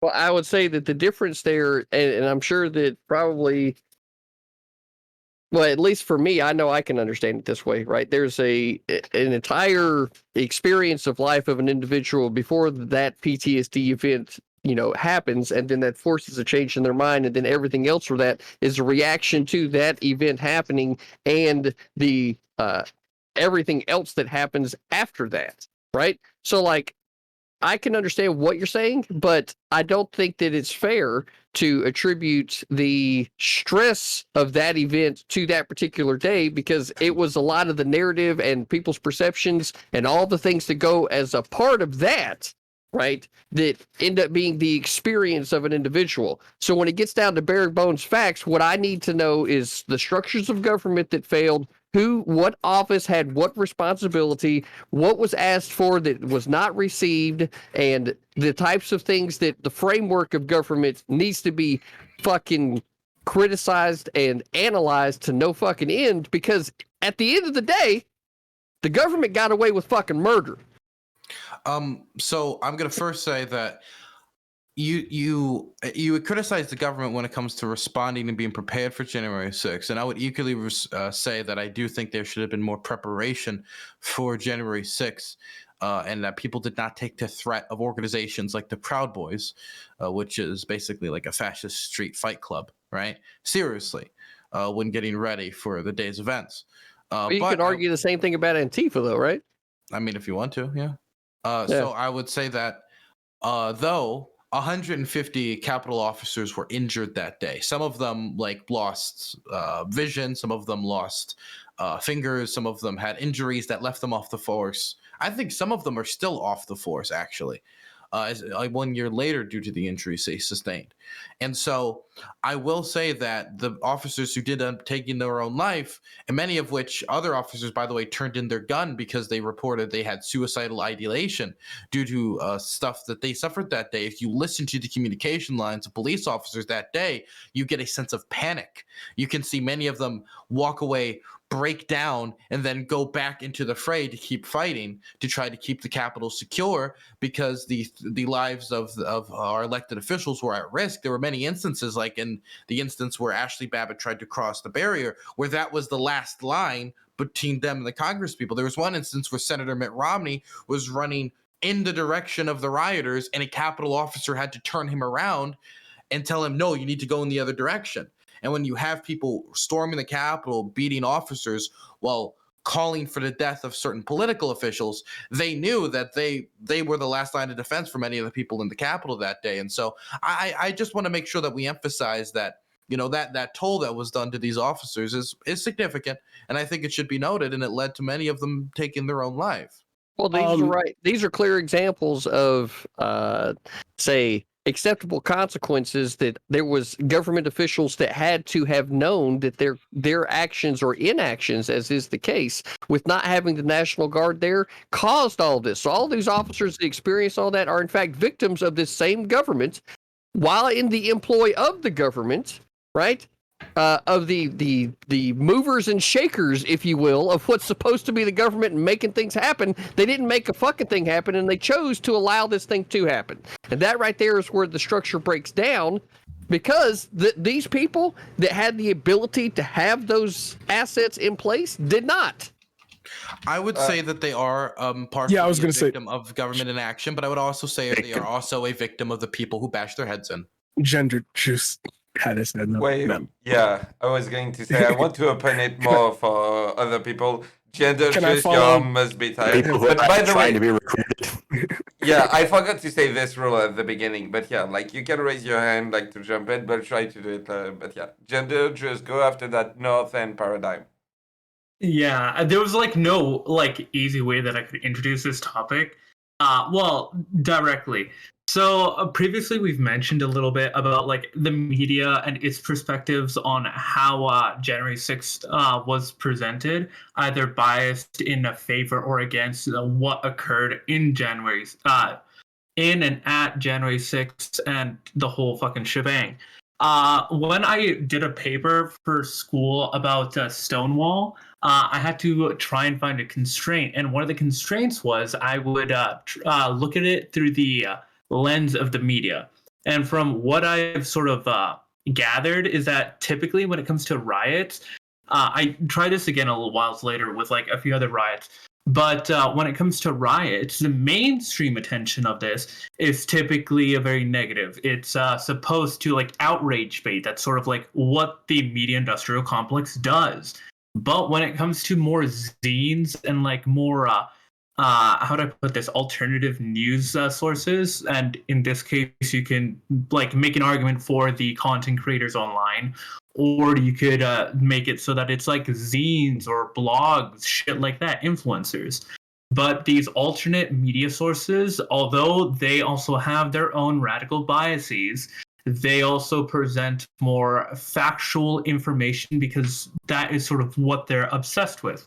So the queer zines in New York at the time, they were like the more accurate documenters to begin with, because early on, again, riots, they tried to publish as fast as possible. They may misinform unintentionally. They may make retractions, redactions, so on and so forth later.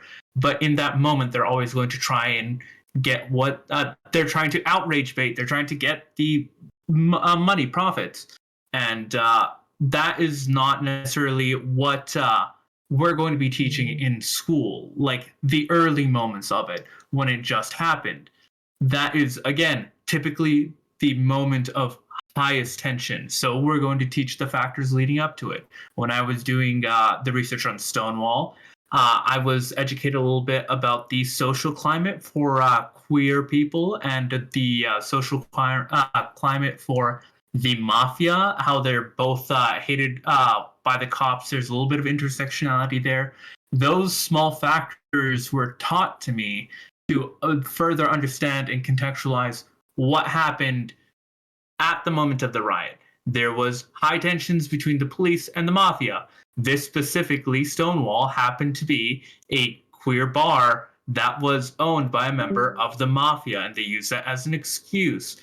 And we can look and draw parallels for like, all right, these were what the flames were. These are how this and through these means were the fires further inflamed.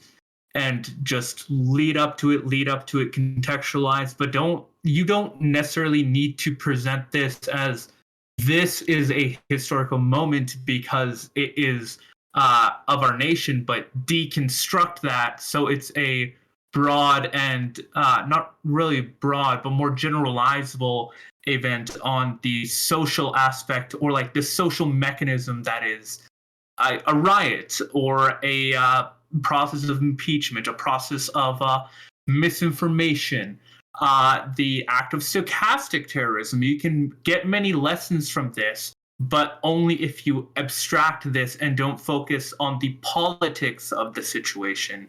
Rather, again, as history should be taught, as a retrospective of aspects leading up to the after effects, the causes, and what that means in a general setting. This, although, is like a little bit revisionist history, because again, you would need like the idea of forethought. Yeah, I'm sorry, I've been rambling. No, I agree. I think that if you, again, and that's what I keep stressing, if you really look at this, what rang true is you're looking at this like a single event. It wasn't. We had a year of riots. And this was the one that kicked off the next year. You know? That's what I think needs to be focused on, is the fact that there was so much rioting for various different events. There was a George Floyd riots, which, you know, I think generally people were upset about the George Floyd situation, and there was somewhat okay reporting just because it was a full-length video that you got to watch. But there were riots on other police shootings that a lot of misinformation spread by the media and by individuals contributed to a lot of damage in. There were numerous of those throughout the whole year. The mistake people make is thinking that all of them were about the George Floyd situation. There weren't. There were tons of police interactions that were falsely reported on, completely misconstrued, that caused people to go out and riot. And then you had politicians saying you should be out there on the streets. You should be, causing trouble for your local government. And you had politicians raising bail for people who got arrested for doing so. It's everything you want to say about January 6th. Was also true about all those riots. And so that's why I think you can't disconnect it just because it was finally from a different group. You have to connect them and realize the reasonings were the same. They were told that there was a fundamental issue with the government that there was no solution for other than to cause violence and destruction. They were supported by politicians and the media largely, and they, at the end of the day, caused a lot of violence that they didn't need to, and that didn't end up solving any problems. I would reinforce both what Gender and Jeb both said before we get off into some sort of charismatic tangent about some bullshit no one cares about, is that we do have to look at the things that lead up to this. And I know Jeb mentioned this earlier, it's a kind of bad form of populism that when people start thinking that the only way to resolve an issue is by doing protests, which are useless, then ultimately it just becomes protest, and protest then turn into a street fight. And that leads to nothing, just more tribalism, more conflict. I was reading a paper. Useless. I wouldn't say that. I would say protests are useless.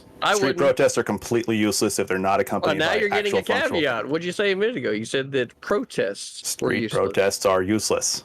Yeah, now you're adding a caveat, but still, street protests are not necessarily useless because what they do is that they bring attention to whatever issue it is, so long as there's a spokesperson. I am so sorry to interrupt you. I know personally, I'm being real, outside of the streaming world. I just got hate rated. So guys, give me a second on this. I don't know why that just happened, but I just got hate rated. So you got rated. Congratulations. No, hate rated as in slurs and shit in my chat. Give me a second. Sorry. I know I was going to participate. I'm letting you know why I'm dipping out for a second. Okay. I hope he's okay. That's not good. Clear your chat, switch to emote only.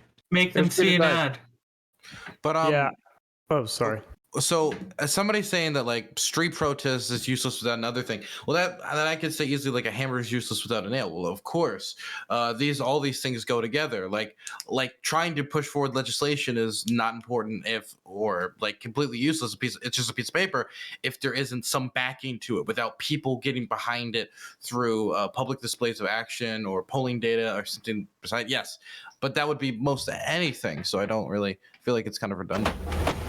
I would actually counter that most major pieces of legislation were not passed primarily because of protests. They were done because there was somebody else working behind the scenes pushing for that legislation. That had a much greater impact than, honestly, the protests. And especially nowadays, protests are really just a means for those activists to say, hey, look, we are appearing to do something when they're not actually doing something, and it just is not a good use of efforts.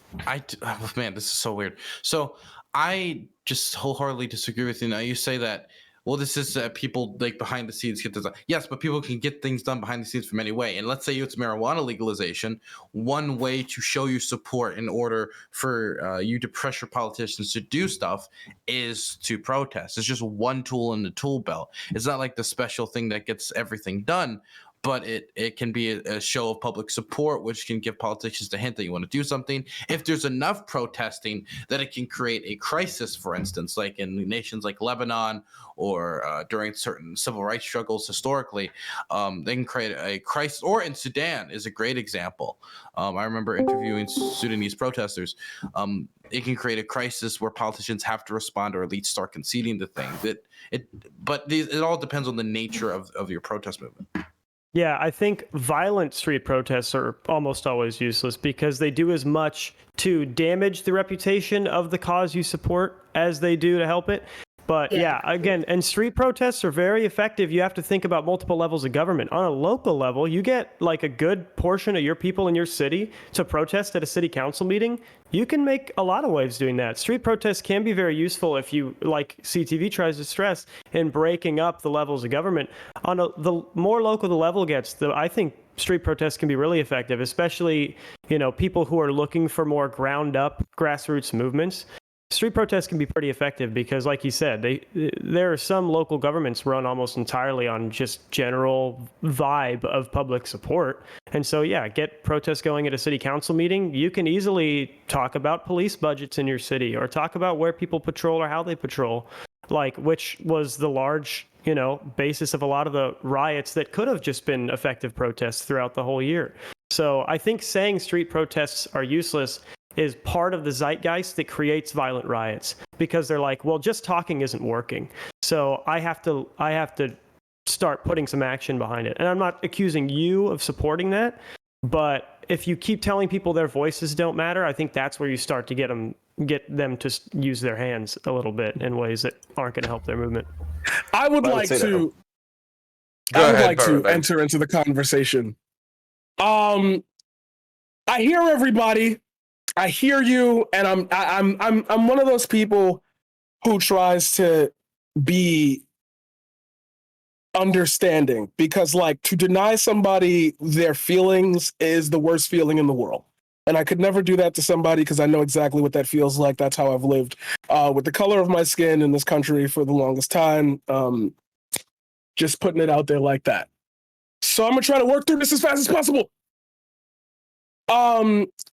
If you want to compare January 6th to the entirety of 2020, then I always throw this throw this wrench in there, and it seems to work. So let's see if it works here. What is the eventual end goal of whatever you saw happen between these two events?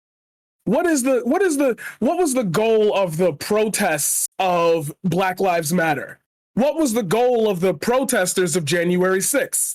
What is the centermost focused on somebody brought up, I got to work through this in pieces. You brought up Jacob Blake. Mad people didn't even know he didn't die. I heard the brother got shot 8 times. My brain assumed he died. I did end up finding out he didn't. Still, that doesn't give rise to a reason for us not to understand people's anger because they watched it. I think I don't know how we're missing that, but we saw it. We didn't hear about it in the newspaper 2 days after it happened. We were sitting there all together while helicopters were going around, looking at it. Was there a failure of government to provide enough security? Absolutely. But then that makes me beg the question, and this is why, okay, yeah, that is a good segue into the next person. That begs the question. Why were they there, though? Why was there a need for security? Why was their attitude so in that realm that there was a thought that there was a need for more security? And if we could see that with our own eyes, why didn't the people who were in charge see that with their own eyes? But they already knew. The Judge Kavanaugh hearings proved that. I don't think the accusation was that they didn't know. I think it was that they know and didn't act. Right, but the people were there, though. And that's beyond anything. At the end of the day, that makes me feel like I can, because the event in itself is a day that, if you want to compare it to 2020, then it's what is the purpose of said day? What is the end result of that? What were you hoping to achieve? And anytime I ask this question, especially to people who were there, that it goes in so many different directions that I ask, was being there was that actually a part of your goal, your plan, your thought process? How were you going to get your what you wanted out of what happened that day? And none of them can answer that. And that's them being there. Now there's millions of people. There are hundreds, tens of thousands of people who were there. 2 or 3 of them probably got an answer. But if the general consensus seems to be the fallout is, well, we were there because the election was stolen. Help me figure out then, well, who perpetuated that? How did we get there? What is this? To compare it to Antifa and Black Lives Matter, or to compare it to the protests for Black justice, really reminds me that nobody got the point that we were fighting for everybody. Police brutality should not be a thing, which leads to Ashley Babbitt and the events that led her up to there. I've covered that story. I've watched Dylan cover that story. Like, there's only so many angles you can come at it with people who were there to then say, if in your brain you making 40, 50, 60, 70, 80, $90,000 a year, if you got something else, you could have stayed home. You could have played Xbox. You could have, if protests on the street, as some people say, don't work, as we've noticed that they don't work, because out of all the damage that Black Lives Matter caused, we got what? Breonna's Law and like a George Floyd police bill that like nobody really upends. Like, you're asking me to equate your anger with like the injustices that my people have faced since the beginning of this country. And it's like, I can justify both sides of anger, but what are your end goals? I want police brutality to stop. I want the election to not be stolen. I want Donald Trump to still be president. Those can never be equal. No matter how you feel, no matter how you can wrap that around, in reality, I'm still nervous when cops roll up to me. In reality, like what? The same thing as the 2008 financial crash. One person went to jail. Like, you won. You got your trial run. You got your. Yeah, I got a Question. I can answer questions. Sorry, I want to phrase to Kate, and after that, CTV. Okay, so your question, and I understand your question because I've actually been asked this before. The reason, and you have to look at the people who organized it. I'm not talking about Proud Boys. I'm talking about the people who actually genuinely organized the various events that happened on January 6th. The speeches, the gatherings. There were 4, to be specific. There were 4 different events that happened on the same day, and all 4 events culminated to Trump's speech on the Capitol, right? And so what those events were was the disenfranchisement of our votes. That is what people are fighting for. And if you can't realize why that's important to so many people, it should be important to you as well.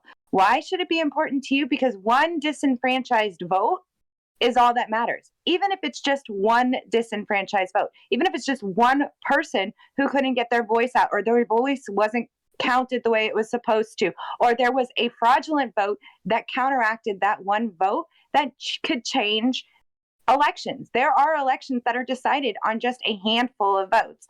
And so when you ask people, why were you there? Why were you so passionate about this? Just like Black Lives Matter is so passionate about what they are out there on the street, we are just as passionate because we don't want our votes to be disenfranchised. Whether our votes were disenfranchised, whether or not Trump won, that is kind of beside the point at this point in time, because what you're asking and what you're looking for is the reason that people were there, why they chose to go there. And one of the demands, one of the requests, one of the hopes of them being there is that Pence would be able to utilize his ability to put a pause on the counting of the votes. He could do that. And there were 6 states who requested for him to do so that they could finalize reviewing their actual counts, ensuring that the electorals that they sent were accurate. And so what a lot of people were asking for, what the hope was, what the passion behind it was, is that we get the final answer before we finalize the count for the electoral, right? Because the electoral's it. When it's done, right? And once the president is elected, essentially president election. Now there are ways to get around that, and there's legal avenues that we could talk about in a completely different debate that I'd be happy to go over with. But essentially what people are hoping for, what their dream was, what their passion behind it was that their votes not be disenfranchised, and that they had the reassurance, the reassurance that what was happening, Biden being elected, was truly what was supposed to happen, that there was integrity behind it. Okay, fair enough. Sorry, I like the fair enough. I know Dylan, and I hate like, but I'm just not gonna fucking pretend. Like I know I'm gonna, you're orbiting around people. You're like, it's like, shut the fuck up. Anyway, like I watch a lot of Dylan shit, so it's like I know where he's about to go with that. But before you do that, it's crazy that you mentioned disenfranchised votes, because like the Republicans were able to succeed in gerrymandering a bunch of states into really like rigging these elections in their favor. They're literally putting in electoral certifiers of their own choosing, or they will have the ability to, or they are at least at the minimal attempting to. So like disenfranchised votes goes way deeper than just this one election. Fact to speculation to the maybe. Text of these bills that have been No, passed, or is that based off of news reporting? Because I can tell you that if you actually look at the text of the bills that have been passed, specifically the one in Texas and the one in Georgia, it doesn't actually disenfranchise anyone other than maybe removing some of the drop boxes. And personally, as a conservative and as a constitutionalist, I think that they went a little bit too far with removing the drop boxes, but you have to recall that that is up to the states and those elected in the states. And the reason that the people were elected is because of the disenfranchisement. Why this was able to be pushed through in these states is because people genuinely felt disenfranchised. Okay, fair enough. So I'm sorry. I'm sorry. Just to answer CTV, I'm doing that for the sake of anybody who wants to be specific. But then she cleared up the specifications. I have looked at the language of the bills like in depth, and that's a whole other conversation, I guess. I went there. I'm just answering CTV. It sounds like the conversation happening in the here and now, because a minute ago, like you said, right? We went from fact I do that. I could have just let it go, but like I'm still trying to be new and like say I don't know everything, you know. So if you got different evidence, I'm here to open it. But like my true statement from the beginning. Yourself? Just it's fucking stand up in the room. Because that's who I am, man. Let me rock. Let me rock. This goes back to a minute ago. You said you're always nervous whenever cops fucking come around. Let me ask you this question, man. Go for it. Have you ever had any experience with fighting dogs or, aggressive dog breeds or anything like that? Okay. When you walk up, if you show fear, what the fuck happens? All right, but you like, bitch. So why you gonna be acting like a bitch when the cops show up? You let them know this is fucking paradigm shift. This is how this shit fucking go. Quit acting like a bitch. I don't know what to tell you. Okay, you won. Nah, you got it. He got it. That's one. That's one. Anyway, Dylan was going, and then somebody else was. You won that one. So the first thing I would say is that there was really no reason outside of the violence seen on the Capitol on that day for the vote to be delayed. The Trump campaign tried time and time again to take it to court in order to show that there was legitimate complaints about what happened on Election Day. Ultimately, there wasn't. And the people who came out in Trump's own administration who would come out. But Dylan, that's false. And You so gotta let me finish. Well, no, you're not. You're not going to stop me because I'm not done talking. So the thing is, right, there wasn't. And there's a million different theories people think up of. But the people that came out in Trump's administration and said, hey, this is one of the most secure elections of our lifetime, fired. Even his own staff and much of the party knew that Biden had won fair and square. Now, the thing is, the reason why there should be no even consideration of what was going on within the Trump's cabinet and team to try to overthrow the United States government, which is what Trump's personal lawyer wrote up instructions on how Pence could, even though multiple constitutional scholars disagree with him, he wrote up a personal 6-point plan on how to overturn American democracy and have Trump win the election, even though none of the votes that we're talking about here, there would be nothing that they could do to actually prove that there was widespread election fraud enough to overturn any state. Not only that, but this is also while Trump is calling Georgia state officials, telling them to just find the votes. He would call them up like, hello, I need you to find the votes for me. That right there is not only terribly unethical, but really should disqualify Trump from consideration to hold any public office again. Personally, I don't think he could manage a McDonald's, much less the United States. I'm gonna just stop you there, or I'm gonna rebuttal you, or whatever you want to call it. But there was a reason to put a pause to the counting of the electorals because 6 states requested that they give them a 10-day extension. Now, if 6 states were to have changed their electorates and they were to not have the electorals that were there, it would have changed the overall outcome of the president-elect. I don't know if that would have happened. I don't have all of the logs of everything. I can't review everything. I don't know if it would have made an impact or not. But what was requested was that there was a 10-day wait, which constitutionally you could do, to see what the actual outcome of these investigations that we're undergoing happened, right? Like what the actual outcome was going to be. Why though? To reinstore faith in the election process. Now we can sit here and say there wasn't fraud and there wasn't major league, but in fact, 1 year later, just in October in Georgia, a congressional seat was overturned because they found enough fraud in the election to overturn it. And that just happened just in October. So there is a possibility that it would have been overturned. Do we know if that would happen? No, we don't. Because we can't go back in history and replay it to see which outcome would have been better or what was going to happen. My point is that there was a reason to put a pause to the counting of the electorals and to give those states the 10 days that they had requested to finalize their auditing, to finalize the processes that they were already going through. So the first thing I would say is what you're saying is, well, here's evidence that it could have been overturned. Here's a separate election that was overturned. Now, I'll take you at your word at this claim you're making that happened. So I'll just do it at your word to be a good faith as possible. That doesn't prove that I'll put a link in the chat for you. Okay. And I would also like the link to the extension. But let's say that's the case. You would need to have that across 5 separate states. Millions upon millions of votes potentially would then have to go up in the air after already us entertaining many of these delusional lawsuits.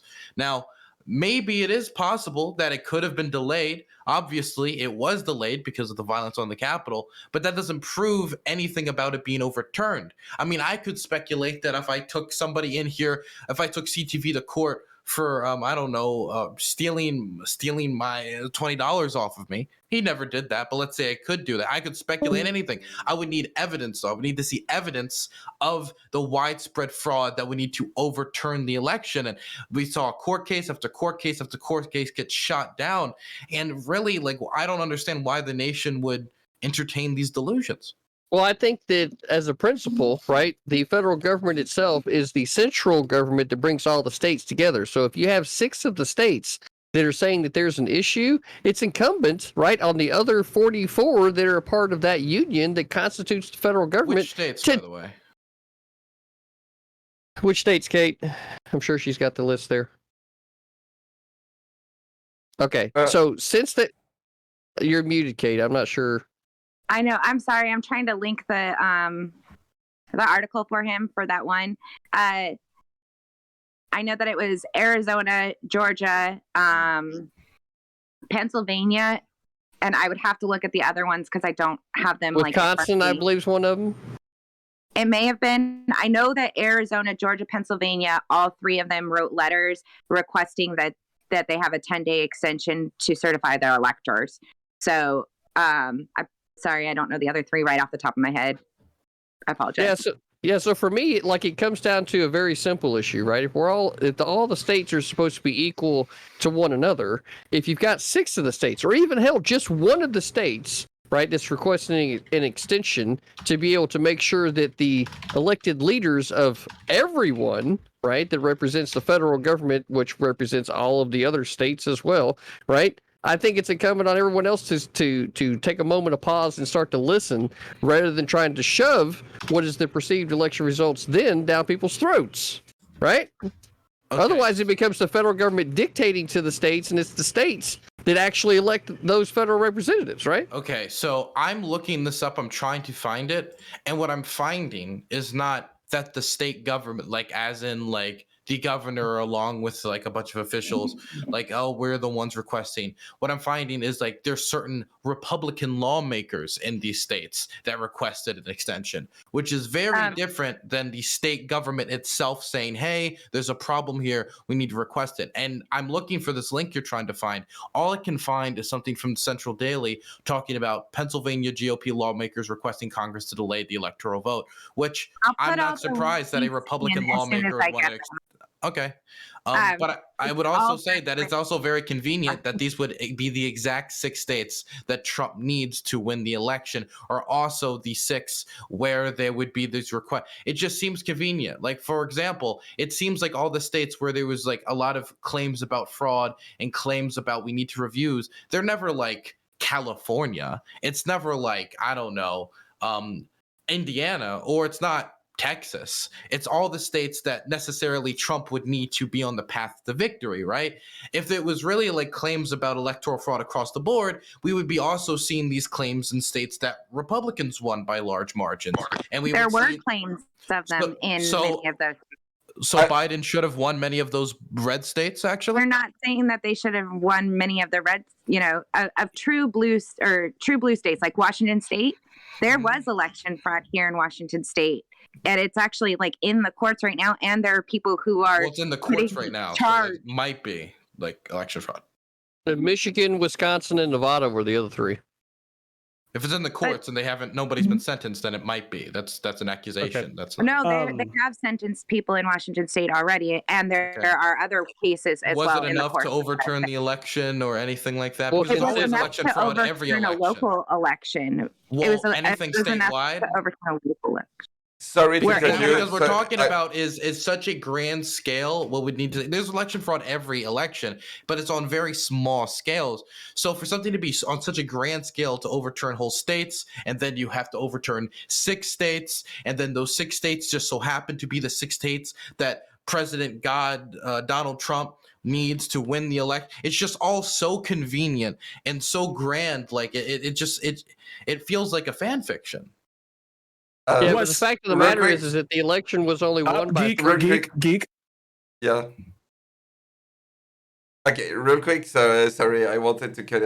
I have to cut you. We're running out of time, so I wanted to go into closing statement. CTV, you were talking, so go ahead, and after that, I'll throw it back to people. Wait, I thought we were going into closing statements. Yeah. Start with closing. Okay, well, it just with the election being decided 306 to 232, right? And those 6 states, I'd have to, and I'm trying to look up right now quick, but I don't know their electoral numbers off the top of my head. But I would venture to say that between those 6, yeah, it could have definitely made the difference.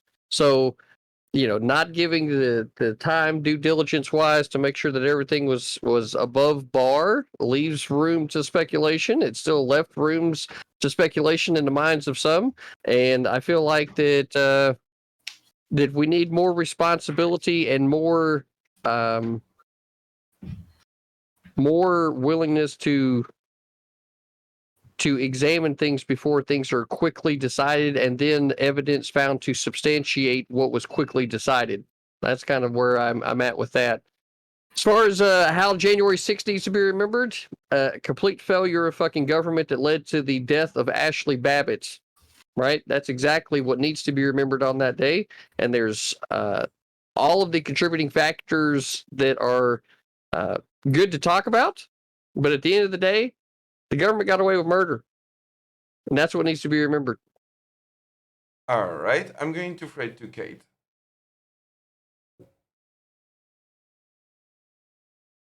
Sorry. Like I said at the very beginning, I too believe that it was an utter failure of Nancy Pelosi and the Capitol Police and Mitch McConnell on not following through with what was requested and, offered to them and the reports that were given to them. I would really love to see the email exchanges and the reports around January 6th with Nancy Pelosi and Mitch McConnell and Pence. FOIA apparently isn't allowed for that because I've tried to get it. But ultimately, I think we need to look at things on a macro level instead of micro picking things. And I truly believe that if we start to move towards being more honest about everything surrounding, leading up to and after an event, and allowing for our media to be honest and held accountable when they aren't, we would probably see a lot of change and a lot of agreement from both the left and the right on things. And that's just like my ultimate hope, is to just continue to push out information so that it can be a more honest discussion. All right. I'm going to throw it to Dylan. I guess for me, right? The problem is a lot of people are like, well, we need to get rid of all of this belief, like this, people are not feeling credible in our democracy. And if we delayed it a little bit more, maybe we had another 20 court cases, if we had another this.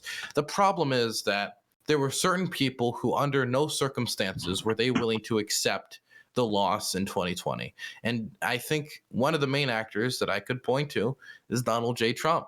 He said on the campaign trail before the election, if I lose, it was rigged. If before an election happens, you are declaring that under no circumstances you losing an election, could you possibly lose without it being rigged, then you're going to be putting a mindset in many of your followers that under a democracy, you can't accept an L. And if one of the two major parties can't accept defeat after an election, then a democracy ceases to exist, because you need two, participative players for democracies to be able to move forward. And for me, I think the problem that led to January 6th is not only a failure of the response of the government and a failure of everybody who participated in the violence, but a failure of everyone who still continues to spread disinformation about the election in 2020, saying that Donald Trump actually won and he is the true and rightful president and Joe Biden did it. And we can speculate all we want, but when you talk about overturning the results of an election, you're going to need hard evidence. And the idea we were going to be able to overturn like 180,000 votes in Michigan, or I think it was Michigan, and we're going to be able to turn another 20,000 here, another 10,000 here, another 50,000 here, and then it's all going to line up perfectly to give Donald Trump the election. I find it a little, hopeful, to say the least. Hopefully, we can eventually move on from this, but it's concerning since it seems that a majority of Republican Party members actually believe that Donald Trump won the election in 2020, which I guess what we need to do is get people more participative when it comes to our democracy and more willing to accept defeat, and because they're able to reorganize. On the other hand, though, maybe for Democrats, Republicans not being able to accept the defeat means they won't make strategic changes and they'll just lose again in 2024. So, maybe have that to look forward to. All right. I'm going to fade to Paradigm. So January 6th for me is personal, because as many people have stated here, there were a lot of protests and or riots that occurred in the names of Black justice. There were a lot of bad faith actors within that group, and the message was very skewed. Media didn't do a great job of it. The memes, everything, it just really, I guess I can understand people thinking that there's this random group. Less that I believe in it or agree with them, but more like I can understand that there was this random group of vigilantes going out, burning down cities, causing damage, hurting their own communities, this and that. But it's like that happened in the Bronx and we cleaned up the next day. That happened in a lot of communities and they got tax write-offs and stuff, and like people were getting their money back. A lot of I remember people telling me, "Oh, New York is burning down and everything," and I looked outside my window and I'm like, "What are you talking about? What are you seeing?"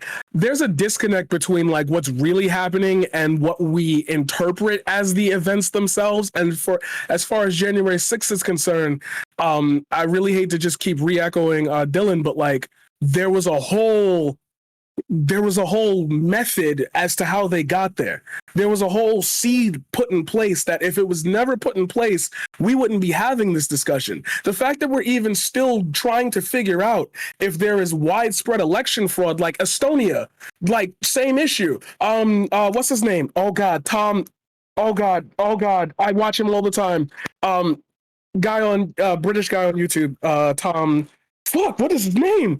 Oh my God. Anyway, he made a whole thing about you don't have to make an election fraudulent by just making it fraudulent. You can just spread a rumor and that makes people distrust the system. Right now, people distrust the system, but there is no substantial evidence to make them distrust the system. It's the words of people that drove them to want to feel like it was a last resort situation. And yeah, people died as a result of that. But like, if you're arguing for Black justice, I feel like, okay, you being there makes sense. I'm showing the neighborhood, my community. I stand in solidarity with this movement that not only emboldens people who have been held down, but it emboldens those who have been affected by it, but might have some form of privilege. When you look at January 6th, it's like, big lie. They're stealing the election. I don't want my vote to be disenfranchised. Like, all your reasons are effectively like null and void when I show you, hey, this didn't happen. I sat there with people who went to the Capitol insurrection and they gave me all these links and everything. And I sat there for 14 to 16 hours going through each one because I wanted to know. I cared enough to, all bullshit. Like, all bullshit. I found 2 valuable links out of an entire group of like 1,700. You shouldn't have been there. You shouldn't have been there. There are people who were elected who believe in Donald Trump and like he really won the election. That's a problem because it didn't happen. So you're working on fantasy. It's an RPG and like you're low level and I don't want you to play this game. I'm casting my spell. You're out the field. I'm moving on. Like, I'm level 99. Get the fuck out of my face. Like, that's it for me. All right. I'm going to throw it to Jeb10. Hey, okay. So, yeah, I think we got near the end of the conversation a little far away from that fundamental argument we were having, which Paradigm somehow said. I mean, he kind of said what most people say, which is one protest was different than the other because I agree with the other one. If you take the both premises to be true, right? Both protester groups were correct. Yeah, Black Lives Matter was fighting for everybody, but so was the January 6th crowd. They were fighting to make sure that the elections in the US could be trusted. That affects everybody. If you want to make like policy change to help Black Americans, you would then need a system to not be fraudulent, especially when BLM's whole pretext is that the United States is somehow upheld and run by white supremacists. Well, if those white supremacists can now create fraudulent elections, then I would argue the January 6 protesters, if correct, would be fighting for you as well. That's why we can't look at them separately, because both of them were run off misinformation. Both of them had outward politicians supporting them. They had bail funds raising money that were set up by politicians and supported by politicians to help people in those protests. And I'm sorry, I can't, the hand waving of it happened here and they rebuilt in a day. I promise you, there are communities still dealing with the property damage and the fallout from those riots. And there's economic consequences that came in the immediate aftermath. You're people who couldn't go to work, people who couldn't pay their bills. You can't just say, oh, we built it back up in the Bronx and some people got tax credits, so it's fine. The fundamental issue we have to deal with is that people were stoked to think that violence was their first choice, was their last option, rather. That's the fundamental issue. It doesn't matter if either of them are right, because both groups were wrong in most ways. And the BLM protests accomplished nothing. Even the George Floyd Act was, number one, stupid. It was a bad policy, and it would lead to more violence because it banned a lot of safe restraint techniques. But it also, the Breonna Taylor Act was written by Rand Paul, and it was going to be written either way. He didn't write it in response to BLM protesters. After he wrote the Breonna Taylor Act, he himself was bombarded by BLM protesters because they fundamentally, these groups of people who can be mobilized for nothing but a riot and to go out and scream and burn, they're not motivated by facts. Again, it's sort of like what we were talking about in the fun topic. You have to effectively Trojan horse correct factual premises to people. They don't want to take in what's true a lot of the time. And the protests were the same. You could argue both groups were well-meaning if they were correct. What matters is if it was effective and if it caused irreparable damage, and both protests, both riots weren't effective, and they did cause a lot of destruction. They didn't change anything in a positive light, and they changed a lot in a negative light. I'm not trying to say that one was worse than the other, but if you're going to argue one was, I'm sorry, but I would be much more convinced by the one that lasted way longer, destroyed way more livelihoods, killed way more people, and injured way more people. And it was supported, again, by as many politicians as the January 6 protests were, through literal bail funds that they were sharing on their Twitters to get people out of jail who committed the crimes, and through support for just sort of blanket movements that didn't actually get anything done. There were so many actual policy initiatives that could have been the front line that they could have just walked out in protests for, like the 8 Can't Wait. But that's not the signs you were seeing. That's not what was happening. They were you're not burning down targets to get 8 Can't Wait passed. It's the same exact through line, and the reason why it needs to be in the history books is all 1 year of just horrible populist violence is because that's how you're going to solve the issue. Is no matter how wrong people are or how excited they are, how angry they are, that they know that violence isn't actually going to effectively solve any of their problems. At the end of the day, that's the only premise we've talked about here where if solved, all of these problems would not exist. That's it. That's my closing statement. I'm going to throw it to Gender Juice. All right. First things first. Can we just appreciate the cute dance that CTV is having? Okay, good accent. Anyways, so for my whole thing with January 6th, again, one, we need to recognize I am not an American. So my perspectives on this is I don't really give a shit about the American politics because I only worry about who's in power and how it affects trade deals affecting me and like Pakistan, you know? For the most part, again, I don't care about the politics. It's still a very vital situation that you can like dissect into something that is meaningful, something that is practical, something that can better the condition of how we conduct ourselves, not only in protests, but in public when it comes to a public appearance of basically public image, you know? But what I'm trying to get at here is that we should look at January 6th, again, learning opportunity. What factors led up to this? And for what we can all agree, whether you believe the election was stolen or not, you can still agree that the people that were there, the call them insurrectionists, call them rioters, call them protesters, but the people that were there were either misguided or in some cases documentarians, because again, this seems to be significant to the history. But when it's taught retrospectively, like all history should be taught, it should be talked about in an abstract without the politics. Unless you're taking an anthropology class, it doesn't really matter. What matters are the social mechanisms at play. Like, in Canada, this is probably how we're going to be taught about it. In Pakistan, we're probably not going to be taught about it. It's really insignificant to the rest of the world. But again, if you're an American, this is like something that you should care about in knowing or at least understanding so you don't fuck up too when you're voting, you know? That's all. That's my bit. All right, North Countryman.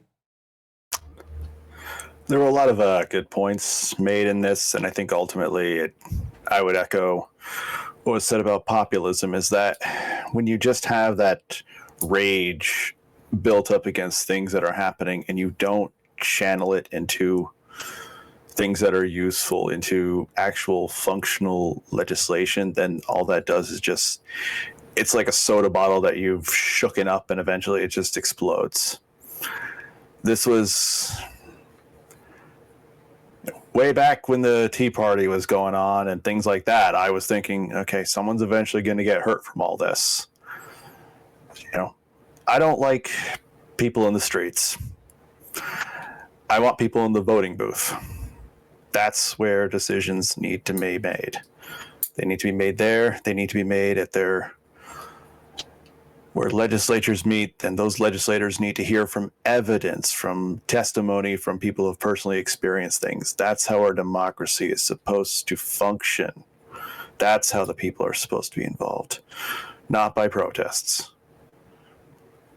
Protests honestly make me sad. It makes me look at this country and think, nope, we're doomed. We got nothing. And I don't like that feeling. And so it doesn't matter how many people hate what I have to say or think I'm the worst human being who ever lives. And I know there's people who think that. I have CTV's chat open. I'm going to keep talking about why we need civics, why we need to understand how our democratic republic functions. And even if I got one person listening, that's one person. And I'm going to keep going. If I'm the one Republican standing for actual conservative principles and how to help our country, then I'm that one guy. I'm going to keep going. Because they're my principles, and when you give up principles because they're inconvenient or unpopular, they're not principles. They're hobbies. And I got enough hobbies. All right. And with that being said, I don't think I'm forgetting everyone. So, yeah, before jumping into the next topic, I just wanted to say that like this panel was possible thanks to Danabo, who's doing a wonderful work behind the scene. If you're here on this panel, it's because you got an invite from him. So, yeah, go check him out. Let's be clear, Geek, right? The mover and shaker, all right? Don't try to undersell it right now, okay? True. Right? Yeah. The mover and shaker. The one responsible for everything. I'm just the ghostwriter in this story.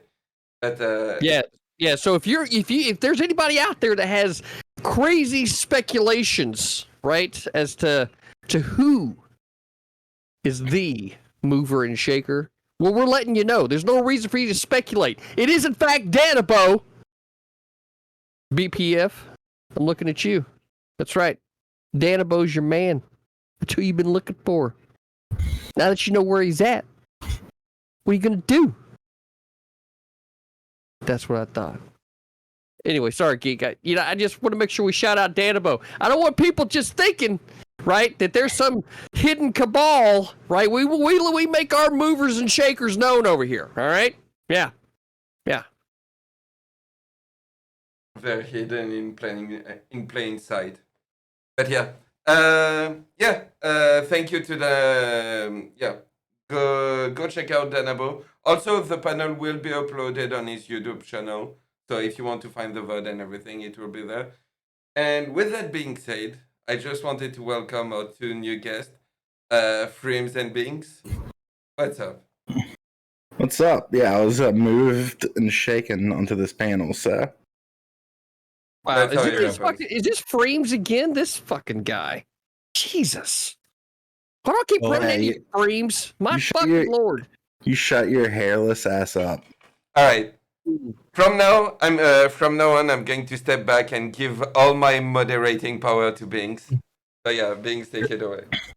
That's true. Speaking of Danabo, he told me to come in here because Geek was being too problematic and sexist in his moderation. So I will be taking over the remainder of the Hippy Dippy for the third segment. So we are going to be playing a game that we play on the Hippy Dippy Recruitment Show a few times. It's a game that I made up called Twitch Politics Jeopardy.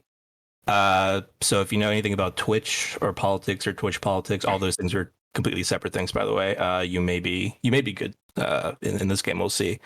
First off, we're going to split into teams. Okay, and there's gonna be two teams: Team CTV and Team Dylan Burns. I don't know if Dylan's here right now.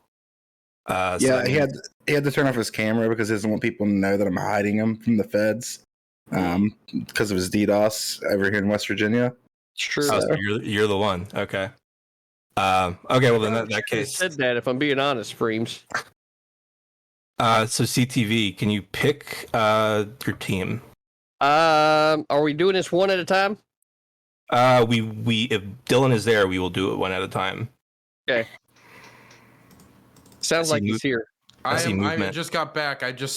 My camera has broken down. I don't know why Frames is here now. Okay, who let him in here? Okay.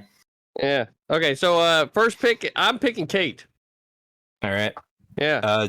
Dylan, please pick a member for your team. First round pick is Kate Speaks. I missed what's going on, but I'm gonna pick ParadigmShift. Good. I'm not repeating myself. Okay, CTV.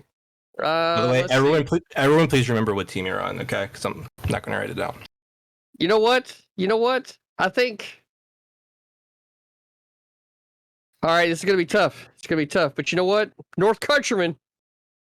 Welcome to Team CTV. Okay, CTV picked North. Dylan. Frames. CTV. Wow. Looks like I got the choice now left between Jeb Tan and Ginger Juice, right? Is that right? Or is Geek's not playing, right? No. Geek is not playing. So it's Jeb Tan and Ginger Juice. Okay. Player, you're fired. Geek's reflecting on his sexist behavior during this panel. So Needs to be. All right, I guess we're gonna go with Jeb Tan. Which leaves you, Mr. Dylan Burns, with ginger juice. With ginger juice. Okay, perfect. Pick. Yay. All right, cool. That's perfect then. So, I just shared my screen, so everyone please click on my screen. So if you're familiar with Jeopardy, this is similar, except I modified it slightly for streaming. So we're going to go Team Burns versus Team CTV in an all-out battle of different categories, okay? The categories that we have are Twitch drama for 2021 of the last year. Ooh. All right. We have Who Tweeted It, which is I collected some tweets from prominent Twitch politics streamers, and you have to guess what the quote is going to be, or who said the quote, basically. The third category is Jesse Lee Peterson catchphrases. Enough said. Fourth is like politics, I guess. I couldn't really think of another one. And then fifth is Scott from Fabian Liberty. Okay. So since CTV picked the first team, I will let Dylan pick the first category. And so you guys can talk when the question comes and deliberate amongst yourselves. Dylan has to give the final answer. When one team is talking, the other team, please, for the love of God, do not talk. Okay, it just creates chaos. So with that said, Dylan, you can go ahead. Okay, my camera's not working, okay? So we're just gonna have to deal with that fact. But I'm gonna go with Twitch Drama 2021 for 400. This former political candidate, who was briefly popular in Twitch politics, had policies that included letting Coca-Cola getting the naming rights to bridges in exchange for infrastructure repairs.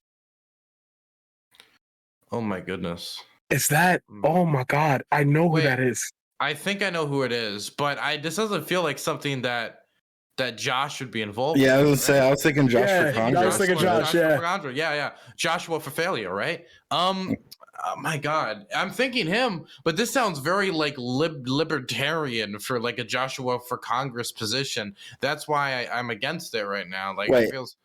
Can we get a clarifying question? No, it's fucking Jeopardy. CTV, it's not your team's turn. You heard the rules. And don't ask Team Copium over there. Holy fuck. Get your puppy pack in line. It's our turn, okay?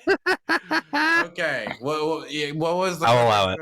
The clarifying question is, was the political candidate a streamer, or are they just popular on Twitch politics? Not a streamer. Not a streamer. Okay, so it's not Josh, right? No, Joshua for Collins wasn't a streamer. Are you sure? He wasn't a streamer. He just came out. He just did that one panel and got fucking. I think you're right. Yeah. Smacked around by Destiny. Dylan, does the name Larry Sharp mean anything to you? Holy shit! Yes, you're right. My God, you're right. I debated Larry Sharp. Okay, that was the one. Okay, it has to be Larry Sharp. Okay, that was the one.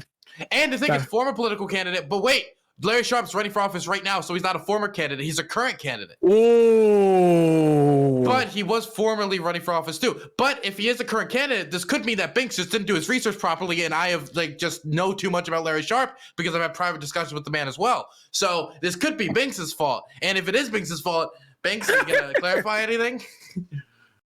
I will not. Okay, so I'm thinking Larry Sharp because this sounds too libertarian to be Josh Collins. What do you guys think? I agree. Larry Sharp. Larry Sharp. It's not a Josh take. Larry Sharp, final answer. Let's go! Yeah. Larry Sharp, you got it. Team Burns 1, Team Copium 0. Amen. The puppy back in the back of the room, okay? By the way, please don't question the writers for this show, okay? Okay, but so teams that I knew more about it than, the writers. Once again, Dylan Burns, Dylan Kingdom. Okay. Hippy Dippy writers do a lot of work. Okay. So you got it right, so you can go again. I'm going to go Twitch drama for 300. I like it. This now defunct Twitch political panel was predicted to be a legitimate competitor to the Hippy Dippy by many. It was eventually canceled by the host. Infrared Showdown, final answer. Incorrect. What? There's a few, remember? Wait CTV? a second. I gotta know what that answer is. I was gonna say the same thing. That's bullshit. I think I know the answer. Canceled? CTV. That's you. Oh, that's true. Any answers, team? Great Multiple participation. answers. I'm not Great I'm not participation. totally I'm not totally Is there sure. I don't multiple know answers here? which ones were canceled in 2021 because there were a lot of random panel shows that popped up once Hippy Dippy started going off. Legitimate competitor. Okay. I was don't trust expecting it. politics Oh, stuff, and my that's why boomer ass is so CTV's on useless his, here. CTV's on his keyboard. That is not fair. That's. To be fair, my camera isn't even on. I've tried to stop Okay. chat. I've tried to stop chat from doing this before, but they can't be stopped. I don't know. You don't know. I- Sussy. I'm kidding. I think I know the answer. Is there a time limit? Shit. I'd say probably drunken debates with John Burke. Wait, is it politically Really? provoked? Drunken Let's debates. go. Infrared show not officially canceled, by the way. Okay, it's The supposed to be Alpha coming Wolf. back. Is it supposed to be Saves coming the back? squad. Wait, Yep, but he that's- canceled it and reanimated it? When did he do that? I don't know. Ask your manager or something. Okay, we're gonna go Damn. CTV. Good Next luck, question. Yeah.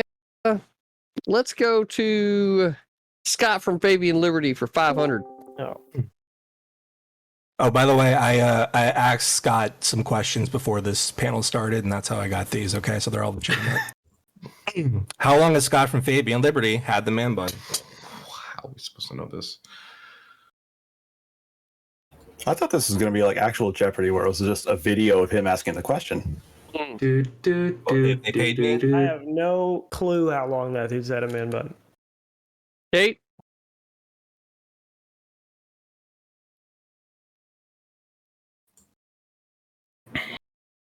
I think he said in one of his streams he's had it for about 8 months, Okay.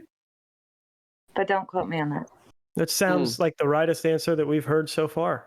It seems like his hair is longer. I mean, I guess it would depend on.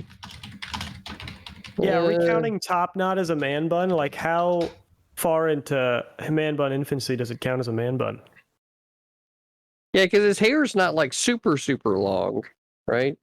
But it is long enough to have a man bun, I guess. So I think it would take longer than 8 months to grow that amount of hair, but it would also depend on like what he started with. So Supposed to put it in a man bun right after growing it. okay, so we're just gonna go with Kate. Kate said 8 months. That's what we're rolling with. I don't know if that's right though. I got it back a few months ago. I'll take it. Well, there you go. There you go. Good job, Kate. CTV. There you go. Good job, Kate. Appreciate you. All right.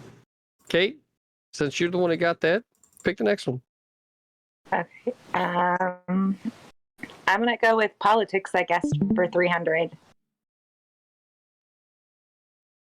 When Joe Biden entered office in early 2021, he immediately removed this button from the Oval Office. I believe it was a Diet Coke button. I don't know. There's if a it was, Diet Coke button? it was either Coke or Diet Coke button. I'm almost certain that this was it. It's either Coke or Diet Coke button, but it was a button that Trump would press and they would bring him. I believe it was a Diet Coke because I feel like all fat people drink Diet Coke. So I think it's a Diet Coke button. It was a soda button, but I don't know Yeah. if it was specifically Diet Coke. I mean, if we say soda button, we might be safer, but I don't know. Well, I think we're gonna. You know what? We're gonna full on it, right? Diet Coke. The Diet Oh, Coke button. wow. Got it. Damn. Let's go. That's some There it good is. Trump lore. I had the Larry Sharp one that fast too, but it wasn't our question. Oh yeah, Dylan. Just so you're aware, the Sigma Wolves, right? They're the ones that actually keep an eye on the puppy back. Okay. All right. Let's see. You know what? Twitch drama for 500. Let's go. All right. This political streamer was voted DGGer of the year by the Destiny community. Oh. Oh, I think I just watched that when I'm blanking. I have no clue. Oh. It's like a tip of the tongue thing. Don't look it up either. I'm not. jerks. I'm looking. Tisk, tisk, Talking to both tisk. teams. Both teams. Hands up, okay? Oh, man. Fuck. All right, 10 seconds. What's your best guess? Dude, I got nothing. I'm drawing a fat blank. Give me a fucking best guess. Come on. 3. I don't have anything. I'm completely drawing a One. blank on it. Beep. All right, CTV. I'm gonna have to say Mootin. Incorrect. Team Burns. Hey, you know what?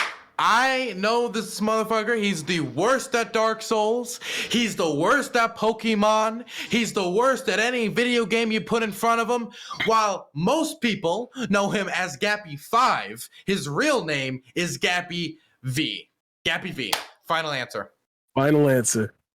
Let's go. Yeah, I just put I forgot what the letter was, but yeah, it's Gappy. So the V in Gappy stand for 5? Exactly. That's why we call him Gappy5. Hell yeah. Exactly. This is exactly why Destiny's viewed to be on the left, because nobody on the right was like, I don't know. There's Destiny Awards. That's what we were thinking. Twitch drama 200. This one's fun. Destiny made a Twitter manifesto regarding this non-politics streamer in early 2021. Okay, guys, I'm thinking it has to be Bob7, but because he's not a politics streamer. Anna could also be up there, but she streams in politics, kinda. Right? And this is early 2021. This is early 2020. So it's Bob this 7. is what saved me from my Chud thing, because I got in trouble for a Chud thing, and this actually saved me. I remember that. So I'm thinking Bob7. What do you think, Paradigm? I'm also thinking Bob7. Okay. I can't think of, because earlier, is that me? Yeah. No, the sound right now is from Kate, I think. Oh, okay. Is that me? Yeah, I'm going 7, definitely. Okay. Because what I'm trying to think about in the early 2021, it's like I got into Destiny like mid 2021. So yeah, I'm going with that. I'm going with that answer. So we're gonna put down Bob7. Final answer. That is unfortunately correct. Bob7. No! Yes, amen. See, I knew because I was a Bob7 fan. All right. I just catch the wins of whatever happens. Team Burns and Team CTV are tied. Wonderful. Okay. Drama. Twitch drama 100. This streamer holds the very first spot in Danabo's end of the year streamer tier list. Oh shit. Oh, end of the year? That changes every month. Yeah, that's so fucking, that's mean, yo. Okay. So the thing is, let me think of the streamers. He usually has Destiny very high. He usually has Vosh very high. He usually has Maddie very high. He usually has Wait, when they say first spot, though, do they mean the very first one on? Yeah, they mean the top. bottom. They have to mean the top. They have to mean the top. Like the very S tier or whatever the fuck it was, and then like the very first image, I guess. Yes. Correct. It has to be near the top. The thing is, Danabo has an extensive tier list. He has basically everybody in the space on this tier list. If you're in the space and you're not on this, it's like for a lot of people, it's like a coming of age thing. So I'm trying to think, Danabo, right? Was he sticking with what he actually believes, or was he like memeing it up? Because that's a problem. He'll sometimes just put people up there for the meme of it. I'm trying to think. He had a fight. He had a fight. No, I'm sorry. I didn't know. No, I'm thinking. Sorry. I was thinking he was. Yeah, people were arguing about the tier list, and it made us have a conversation about it. So I'm thinking, like, what did we say? It was the last recruitment thing. Yeah, and I'm trying to remember what that list looked like. Oh my god, it's the end of the year that's bothering me. That's the thing. He had a different one at everything. You know what? I think I'm gonna go safely with Hassan. It's gotta be. Yeah, I mean, like, it would make sense if it's Hassan. Why would it be Hassan though? Because he's the most popular streamer too. But that doesn't. Okay, 2, fine. Hassan, 1. final answer. Majority rules. Let's go! Oh, brilliant! Luck of the draw. Oh god, I panicked. I was like, who would he just put at the first person to think of? The thing is, by the way, can I just say, Danabo, terrible choice. He never chooses just by who's the most popular. Who was it? Was it Hassan? Then who? Like, what was the order? I think this was pre-racist Mark. Yeah, Wait. If I can answer was it because of the arc with the C word? That might be it. That might actually be why I put it at the op. Binx, I got a question. If I can answer the question that Dylan asked, can I take those points? Wait, what? No, that's fucked up. He asked a question. Now the question. Then I answered my own question. But you didn't. I said I think it was because of the C word thing. Wait, what? So basically, CTV saying, since I have insider knowledge and I know this answer, can I take those points? Come on now. Wow. By the way, okay. So your guy proposes the question. I propose, right, a new deal. right? And all of a sudden, the left isn't about a reject new this deal. new deal. You're I right. reject You're the new right. You're deal, not about okay? new I'm deals. just saying. I'm just saying, Calvin Binx. Inside- Coolidge, wait, okay, buddy? insider I'm knowledge. Herbert Hoover. I'm rejecting Binx. this new deal. You've already Insider fucked me knowledge. once, all right? You already fucked me once. You didn't buy me Winky dinner this face. time either, so don't fuck Okay, me again.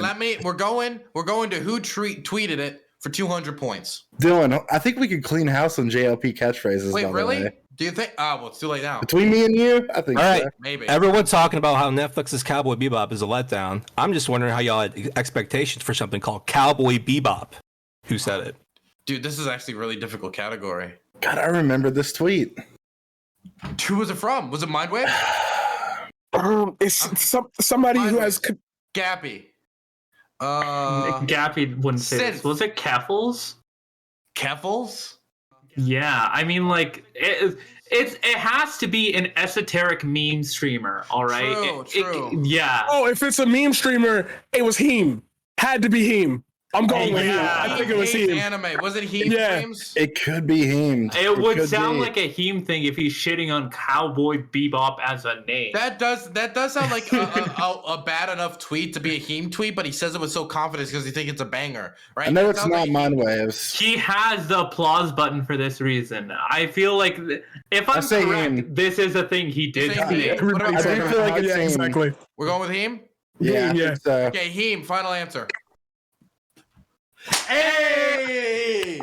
Hey, Yo, his low Heem. quality tweets are recognizable anywhere. I know my Canadians, all right. Amen. Okay, want to do JLP catchphrases? Okay, let's do JLP for 100. The J-Man yells out this catchphrase when he meets a particularly unimpressive male. Beta. Beta. Beta. Final answer. Beta. Amen. Amen. We're winning this Pokemon battle. Amen. Okay, JLP catchphrase is 200. JLP yells this at random intervals when he's Amazing. surprised. Amazing. It has to be Amazing. right? It has to be Yes. These are all like. This is basically just the Heem soundboard. amazing. Yeah, there we go. There we go. Awesome. That's why I wanted to grab it while we had control. Good move. That Good we almost move. messed up the tweet at it. We could have lost the board. Okay, JLP catchphrase is 300. And this is not fair, by the way. I was interviewed by the guy, so this almost feels like Hey, nah, it's life. Jesse has garnered controversy for often making the claim that this doesn't exist. racism. Racism. I had Hakon. I remember the same thing. There it is. Racism, you got it. All right. Amen. JLP catchphrase is 400. I hate that I watch him so much. JLP would Oh use my this God. catchphrase when he is especially confused. How do I say it? What is it? Is that when he says, "I'm black and I'm slow"? It's something like that, yeah. Yeah, that is what he says. You're It's, right. Yeah. So whatever Freems just said for the final answer. I'll let you have it, Freems. It's okay. I'll let you. It's okay. Incorrect. Really? Really? Incorrect. Is it not like I'm slow? I could have sworn it was. I gotta say, he did say that when he was confused in the interview, but that's fair. All right, Team CTV. All right, team. What catchphrase does he use when he's confused? Who the fuck is JLP? This is like- true. JLP's audience. Lee Peterson. Hey, I feel like Kate watches some Jesse Lee Peterson. Winky face. Kate? Yes, but I was agreeing with what you guys were saying, so. Hmm. No. Damn. Don't watch a So lot so of we got JLP, man. This is a so we got- generational divide. so we got nothing, huh? All right, here we go. JLP's biggest audience is lefties. True. I know. I was like, I can't watch the dude. All right, so catchphrase when especially confused. Come on, man. Incorrect.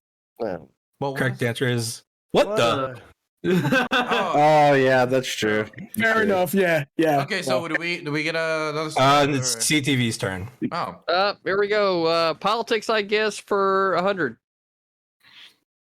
This was the most read story of the year, according to The Hill.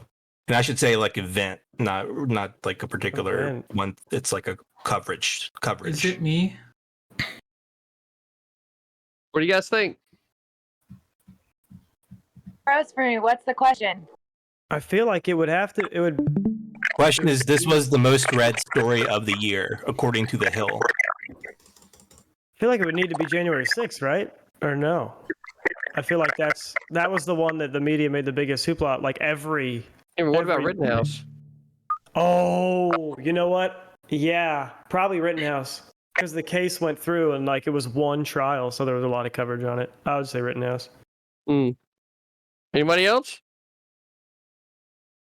Yeah, I want to say it's something probably Rittenhouse. Kyle Rittenhouse as well. Or what about maybe COVID? In 20, never mind. I'm not helping you all. What the fuck? I don't know.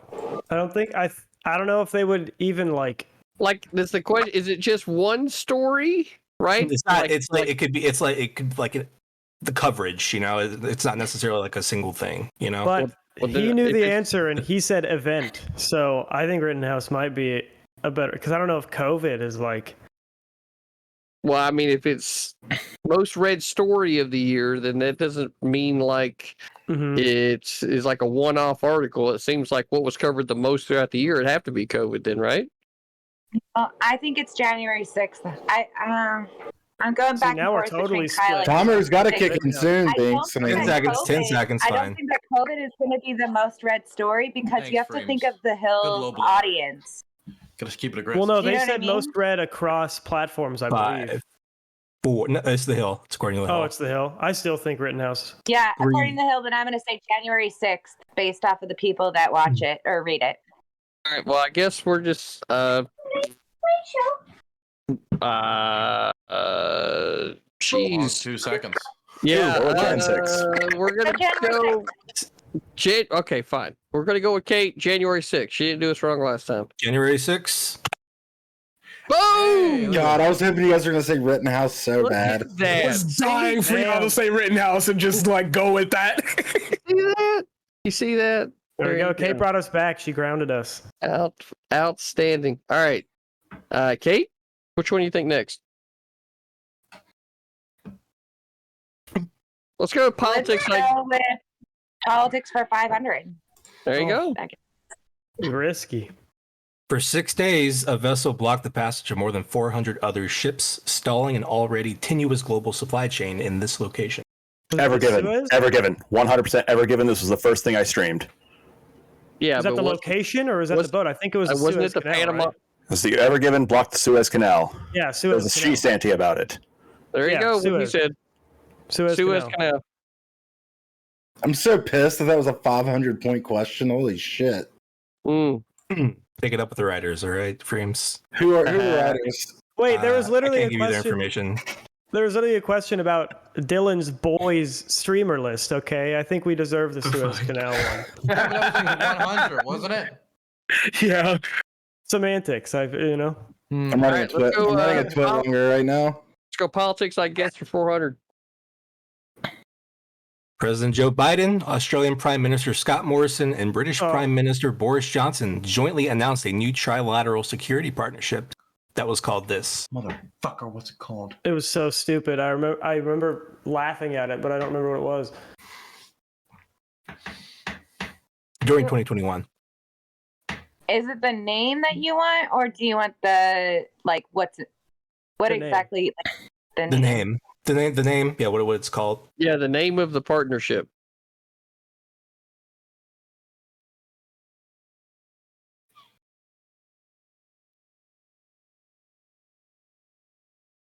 No ideas? I'm fat blank on this one. This is like the same as the Gappy question, where like I remember my reaction, I don't remember the answer. It was like it was so like ridiculous, you and mean? it made me cringe. Like, why would they name something that? 10 seconds. Wasn't that the 9, AUKUS 8, or something like it? AUKUS. 7, Something 6, like that. 5. Yeah, AUKUS. We'll go with AUKUS. There you go. AUKUS. Let's go, dude. CTV, a treasure trove of foreign policy information. Dude, he Not many bails people us out again. This is what the If Wolfpack only stands they for. added. If only they added the French. Well, we might as well round out the category. Fuck us. Politics, I guess, for 200. This subreddit effectively brought Wall Street to its knees in January by forcing the short squeeze of GameStop stock. I give you $5 if you get it wrong. I think it was bets. Was it Robin Hood or something? Or no, that was the app. No, Wall Street Bets. Wall Street Bets. Wall Street Bets? Yeah. Okay, Wall Street Bets. How did you got? Wait, I didn't think you got. Wait, that was like a huge thing. I felt like. Yeah, no. Got it. That was major. Yeah. I only started looking at Reddit yesterday, so that's the generational gap. That's. It's 3 Robin. All right. 2,000, 2,300 CTV. Which is your choice? All right, let's go Scott from Fabian Liberty for 100. Oof. What is Scott from Fabian Liberty's favorite political philosopher? Or who, I should say? Well, whoever fucking wrote the Fabian thing is always referencing that. So who? I guess who did that? Anybody? I don't watch it at all. I don't watch him at all.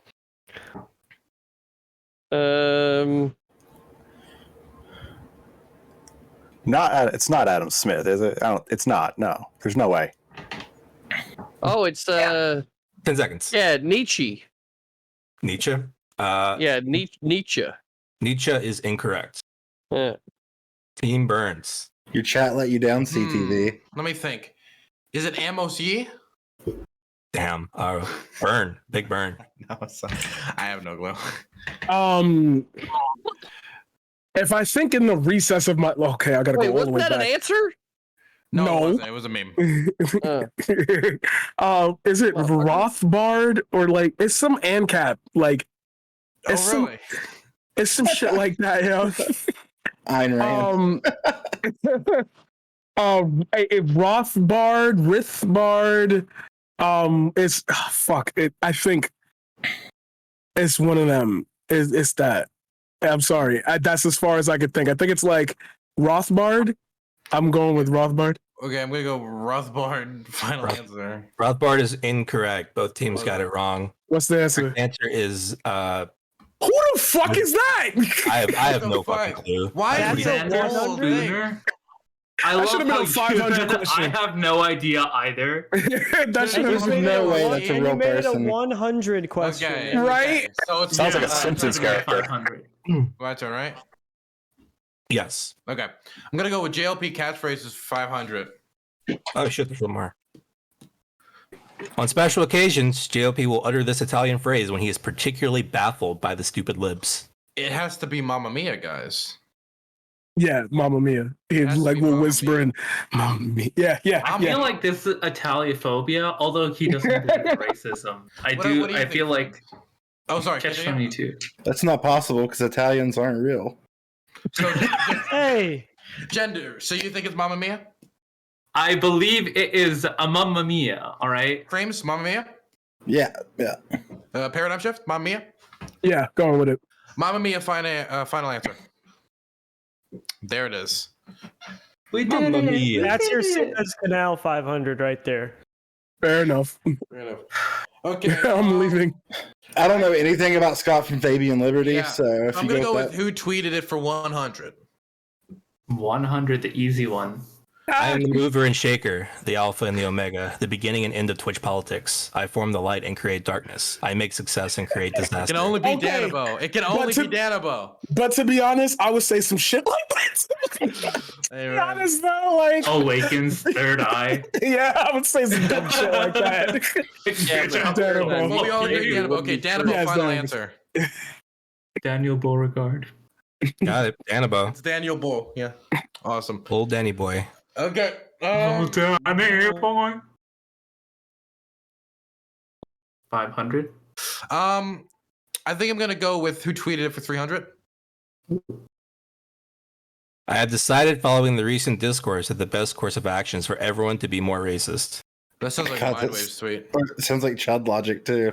Dude, that does sound like Chud Logic or Mindwaves. God damn it.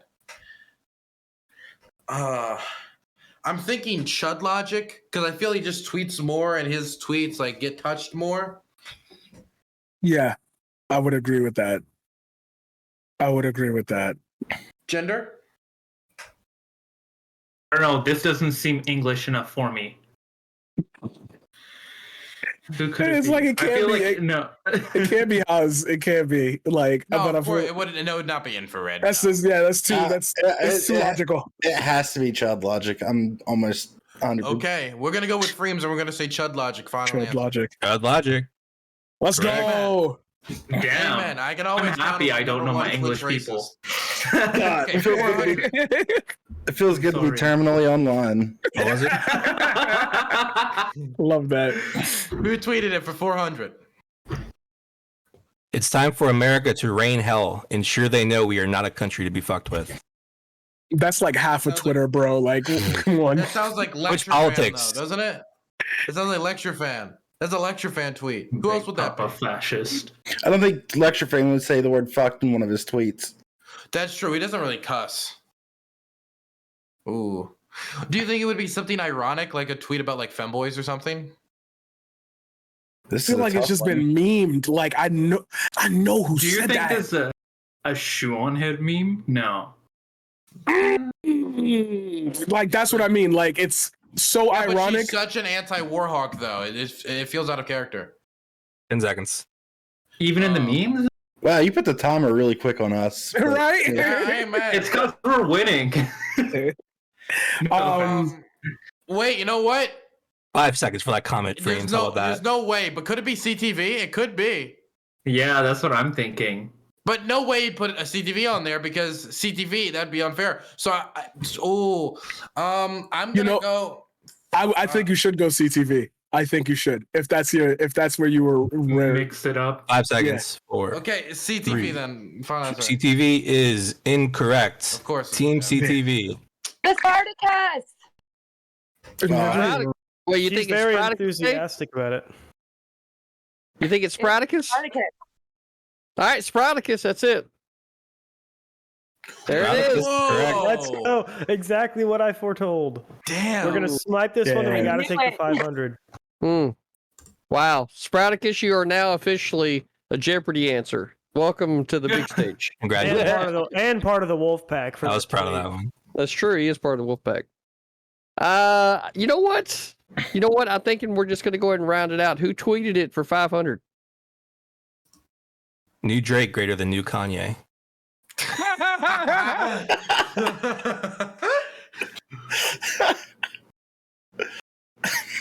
This is a CTV. CTV's got this, of course. Well, you gotta build the suspense around it, right? The tension. Ugh. All right, so let's go around the room. Jib, what do you think? I got nothing for it. It sounds. I don't know. I remember seeing the tweet. Yeah, I remember seeing tweets like this because I see a lot of tweets like this. That's the issue. Is it's like it's not particularly memorable. Like I'm thinking of who in the general Twitch poll community that would have tweeted. North Countryman. Come on, North. Anthropologize us. You teach poli-sci. You're with college kids. They know. They'd know. No answer. Kate, you got anything?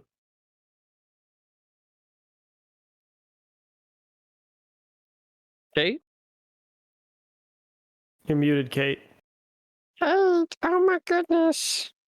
I've only seen the retweets, and I can't. Still muted. No, I'm not muted. No, she's not muted. She's not muted. All right, 10 seconds. I don't know. I'm sorry. 4, 3. You know what? We're gonna say Dylan One. Burns. Incorrect. Team Burns. Okay, Your I choice. think I have an idea of who this is, but I want to get everybody Dylan. else's opinion first. Dylan, I'm gonna just tell you the answer because like I was making fun of this. I read that tweet off my friend's phone. I know exactly who the fuck said it. It's IRI. Wait, oh, That's what I thought it was. That's what I thought it was. Okay, okay. IRI, final answer. Really Yes. correct. I remember when I read it, I was like, Amen. it's such a All right, great politics. Exactly. Question music choices. Okay, we're gonna keep going. Okay, I'm gonna go for Scott for Liberty. 200. Who is Scott from Fabian Liberty's favorite streamer? Ooh. I'm not even gonna try. I'm It just better not be honest some with you. fucking random like No, you know them. Libertarian streamer. I know them. Okay. If you ask Brant, the answer is Dylan. True. Fuck. Maybe the answer is Dylan. Oh my god. No, that'd be too. I can't answer myself. That'd be so egotistical. I can't do it. Based on the little I know, I feel like Scott from Fabian Liberty's favorite streamer is himself. Ooh. That is the libertarian way. Like the individual liberty, stuff like I feel like I support myself. I'm a small creator. This is a difficult one. It I know is. he loves to make people angry, so I'm trying to think of somebody who fits under that like umbrella. Maybe it's Soda Poppin'. No, it has to be somebody just kidding. Somebody we know directly. I'm just kidding. Fuck. Yeah, it's political. Just 'Politico. 10 seconds. Have they not been kicked off yet? Can't answer that. that's an admission of guilt. Can Dreams answer for me? I just want him to take a swing. Oh God. Yeah. I'm gonna say you. Dylan Burns. Incorrect. It's not Dylan Burns. Team CTV. What do you guys think? Dude, I would think it might be Destiny because he does like pissing people off, and Destiny I feel like pisses off all the lefties that he likes pissing off. But I don't know. I didn't hear anything about it. That's the issue. Isn't it the law that if you're on Twitch Politics, your favorite streamer has to be Binx?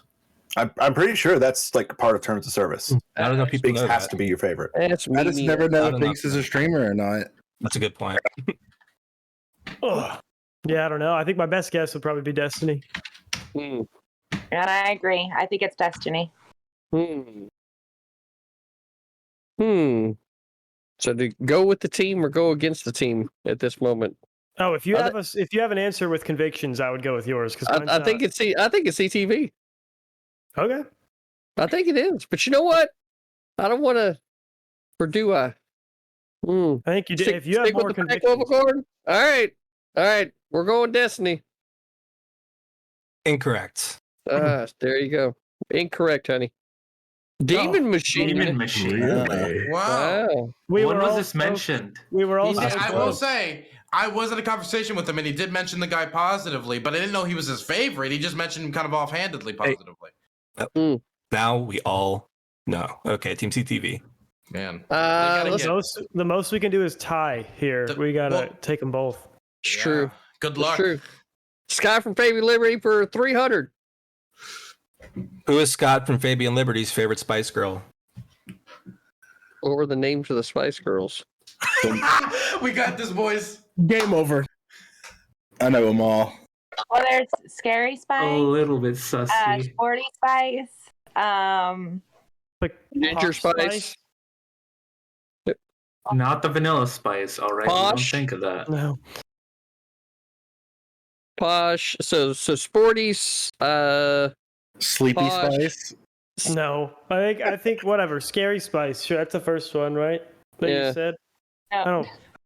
I mean, I can think of one song they did. I'm sorry. Which one's Victoria Beckham? That one. You remember Victoria Beckham? 10 seconds. Posh? I don't know.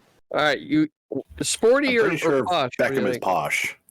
Okay, sure. Do that one. I don't know. I don't care. I don't have it. All right, we'll go with Sporty Spice. Let's go. Incorrect. Damn. Team Burns. I think. Who would you think? Frames, you're the expert on Spice Girl, so I'll leave it to you. Oh yeah, you all said you had it. I feel like it's either Baby Spice or Posh Spice. Gotta be. The way it sounds, I'm going Posh. Yeah, It's the Posh only one Spice that's is the most famous. pretty. It's still pretty fun. Wait, Posh Spice isn't? No, I thought Beyonce was Hey in guys, Spice I'm Girls so for some sorry. I fucking have reason. to go. My dinner's here. All right, see you, Kate. Okay, Oh, that's the only person you think. Well, Thanks for being here. man. Okay. What are the Going with Posh? Okay, there's Posh Spice, Sporty Spice, Scary Spice. Is there Ginger Spice? 10 seconds. Yeah. Ginger Spice. Oh God. 4. What do you want, Dylan? What do you think? Ginger? Go Posh. I don't know any of this. Posh Spice. Posh We'll go with Spice. it. Victoria. Posh Spice is incorrect. Who was it? Mel B. You're lying. Yeah, that makes sense. That makes Gary sense. Spice. That makes sense. Why do I actually feel like he mentioned this once? Let's Well, no, it doesn't matter. This is just a victory lap for us. How does he like his eggs? How does he When like he signed up, I think. What's the most fucking disgusting way? Fertilized.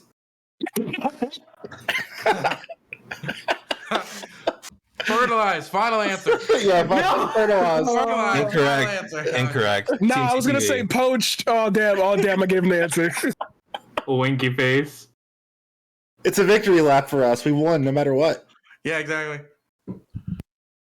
We're gonna say free. But Incorrect. That should have been the answer. Over easy? Over easy. Just like this round was over easy. libertarian. What Those an gosh animal. darn libertarians and their laws. All right, that was good game. Team Birds 3,400. Team CTV 2,700. Congrats. We Team Bird. won. Fertilized is the worst. That Sorry, was the Pat. fucking funniest meme out of all of this. Tell my family and let them know my victory. eggs fertilized. A British peasant. And Like with that, I'm going to turn it over to Mr. Geek to handle all the fallout and chaos. So I'll see you guys later. Thanks for playing. Thank you, Binx. Arrivederci. Thank you all for being here and participating to this tonight. I hope you had fun.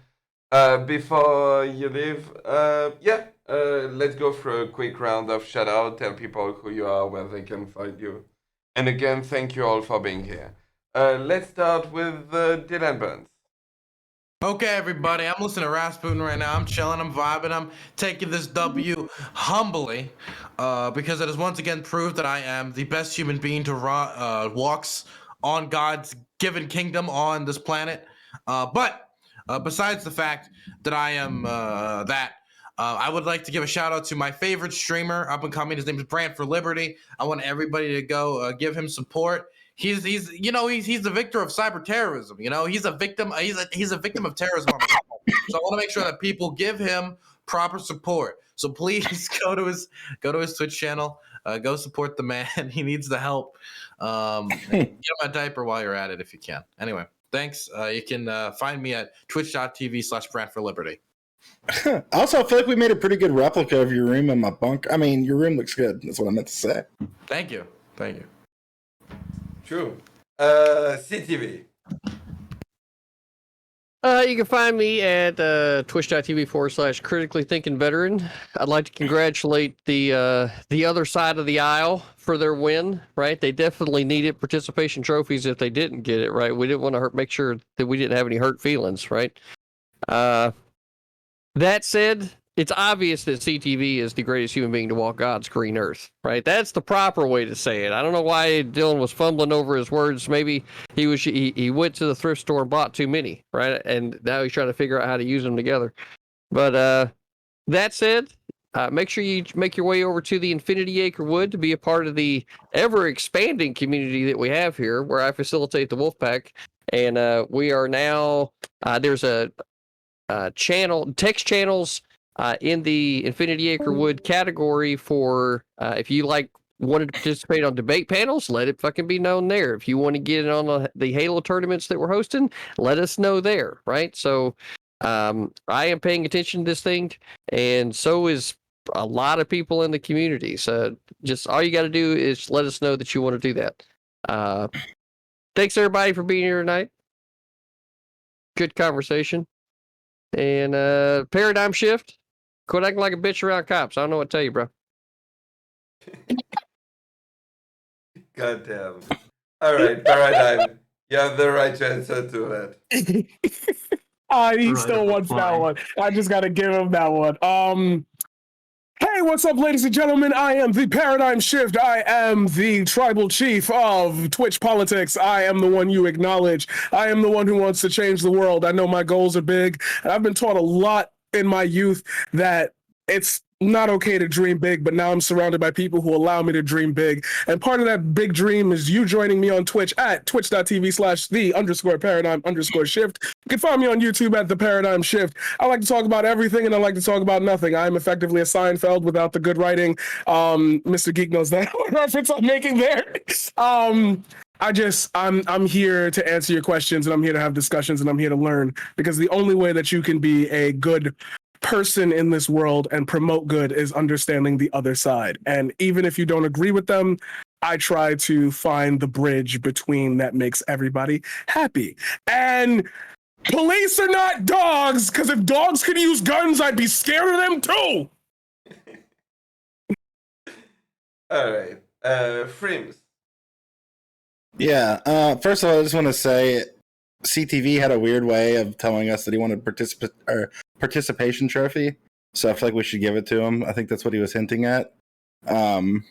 So we should just give it to him. Also, I feel like they would have had a better chance of winning if half their team wasn't huffing on copium so hard before the game started. Anyways, you can find me at twitch.tv/frames.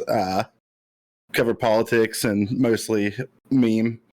My goal for 2022 is to be more toxic, so there you have it. Good goals.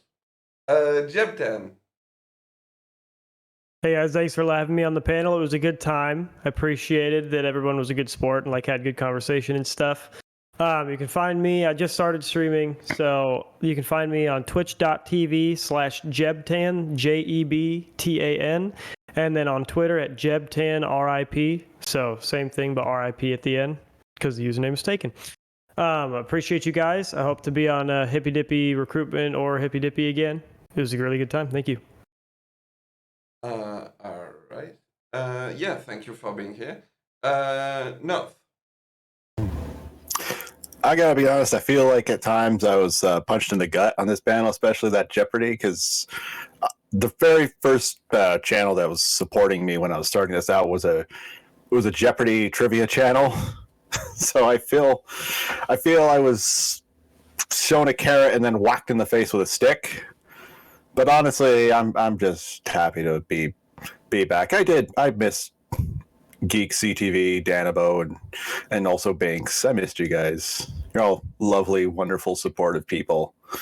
And I like the people who are here. I like ParadigmShift. I like just you've got a great cadence to your voice that I like. Jeb Tans, I liked a lot of things that you said. Gender Deuce, you took things in directions that I was not expecting, and I'm like, oh, that's pretty good. Freems, I need to look at more of your stuff because it sounds fun. And CTV, I'm Wolfpack. Even if the Wolfpack hates my guts, I'm gonna stick with them no matter what. And I'm at twitch.tv/NorthCountryman. I do boring shit like watching historical presidential debates. I've just watched the 76 one between Carter and Ford, where apparently Carter quoted Karl Marx. That was true. And I do other stuff, but it's all day at a time. Yeah. Are you a follow me? Don't follow me. I'm happy. Always happy to have you on board, North. Gender Juice. Oh, alrighty. Wow, I actually didn't have myself muted for once. I'm proud of myself. So, as you may or may not know, I am Gender Juice. I usually do multiple content at once, and I stream a variety of things. Usually what I stream are video essays, pop culture, and shit about urban planning. Well, I play a video game because I also get bored too. But I listen. It's a good way to ground your thoughts while you play something super repetitive. Throughout this debate, I've been playing Dicey Dungeons. I have, fun music in the background. And if you want to have a nice chill time, I stream occasionally. If I have the whole day free, I usually stream up to 10 hours. Otherwise, I stream at night for 3 hours or early in the morning and then for 6 hours. Whatever time you find me, I'm usually going to be doing something fun. I'm also trying to get affiliate so I can add channel point stuff. By channel point stuff, I mainly mean screen animation and sound effects. Yeah, I don't want people to fucking pay bits to do neat little shit to my stream. That's my take. I would love to have you here. Thank you. What's your channel again? It's frustrating to deal with on Twitch. On Twitter, I go by Gender Juice, and Discord too. When I'm able to change my name, I'm gonna change it. Don't worry. Except I used to have a bad habit of changing my name every 3 months just because I could, and I got bored of the old name. Yeah. I just posted the link in everyone's chat. I'm going to post it also in the group. Go give the guy a follow. He's on his path to affiliate. You know, you need to reach like 50 followers. A follow doesn't cost much, and it always helps. So, you know, I know we got some good people in every community. So, yeah, go show some love. It costs nothing. It's 100% free to follow. I know that we're pretty much done here, so I just have one question to everybody. Why did he make her pay for snacks? Why did he make her pay for snacks? He was a 3-star general. Why did he make her pay for snacks?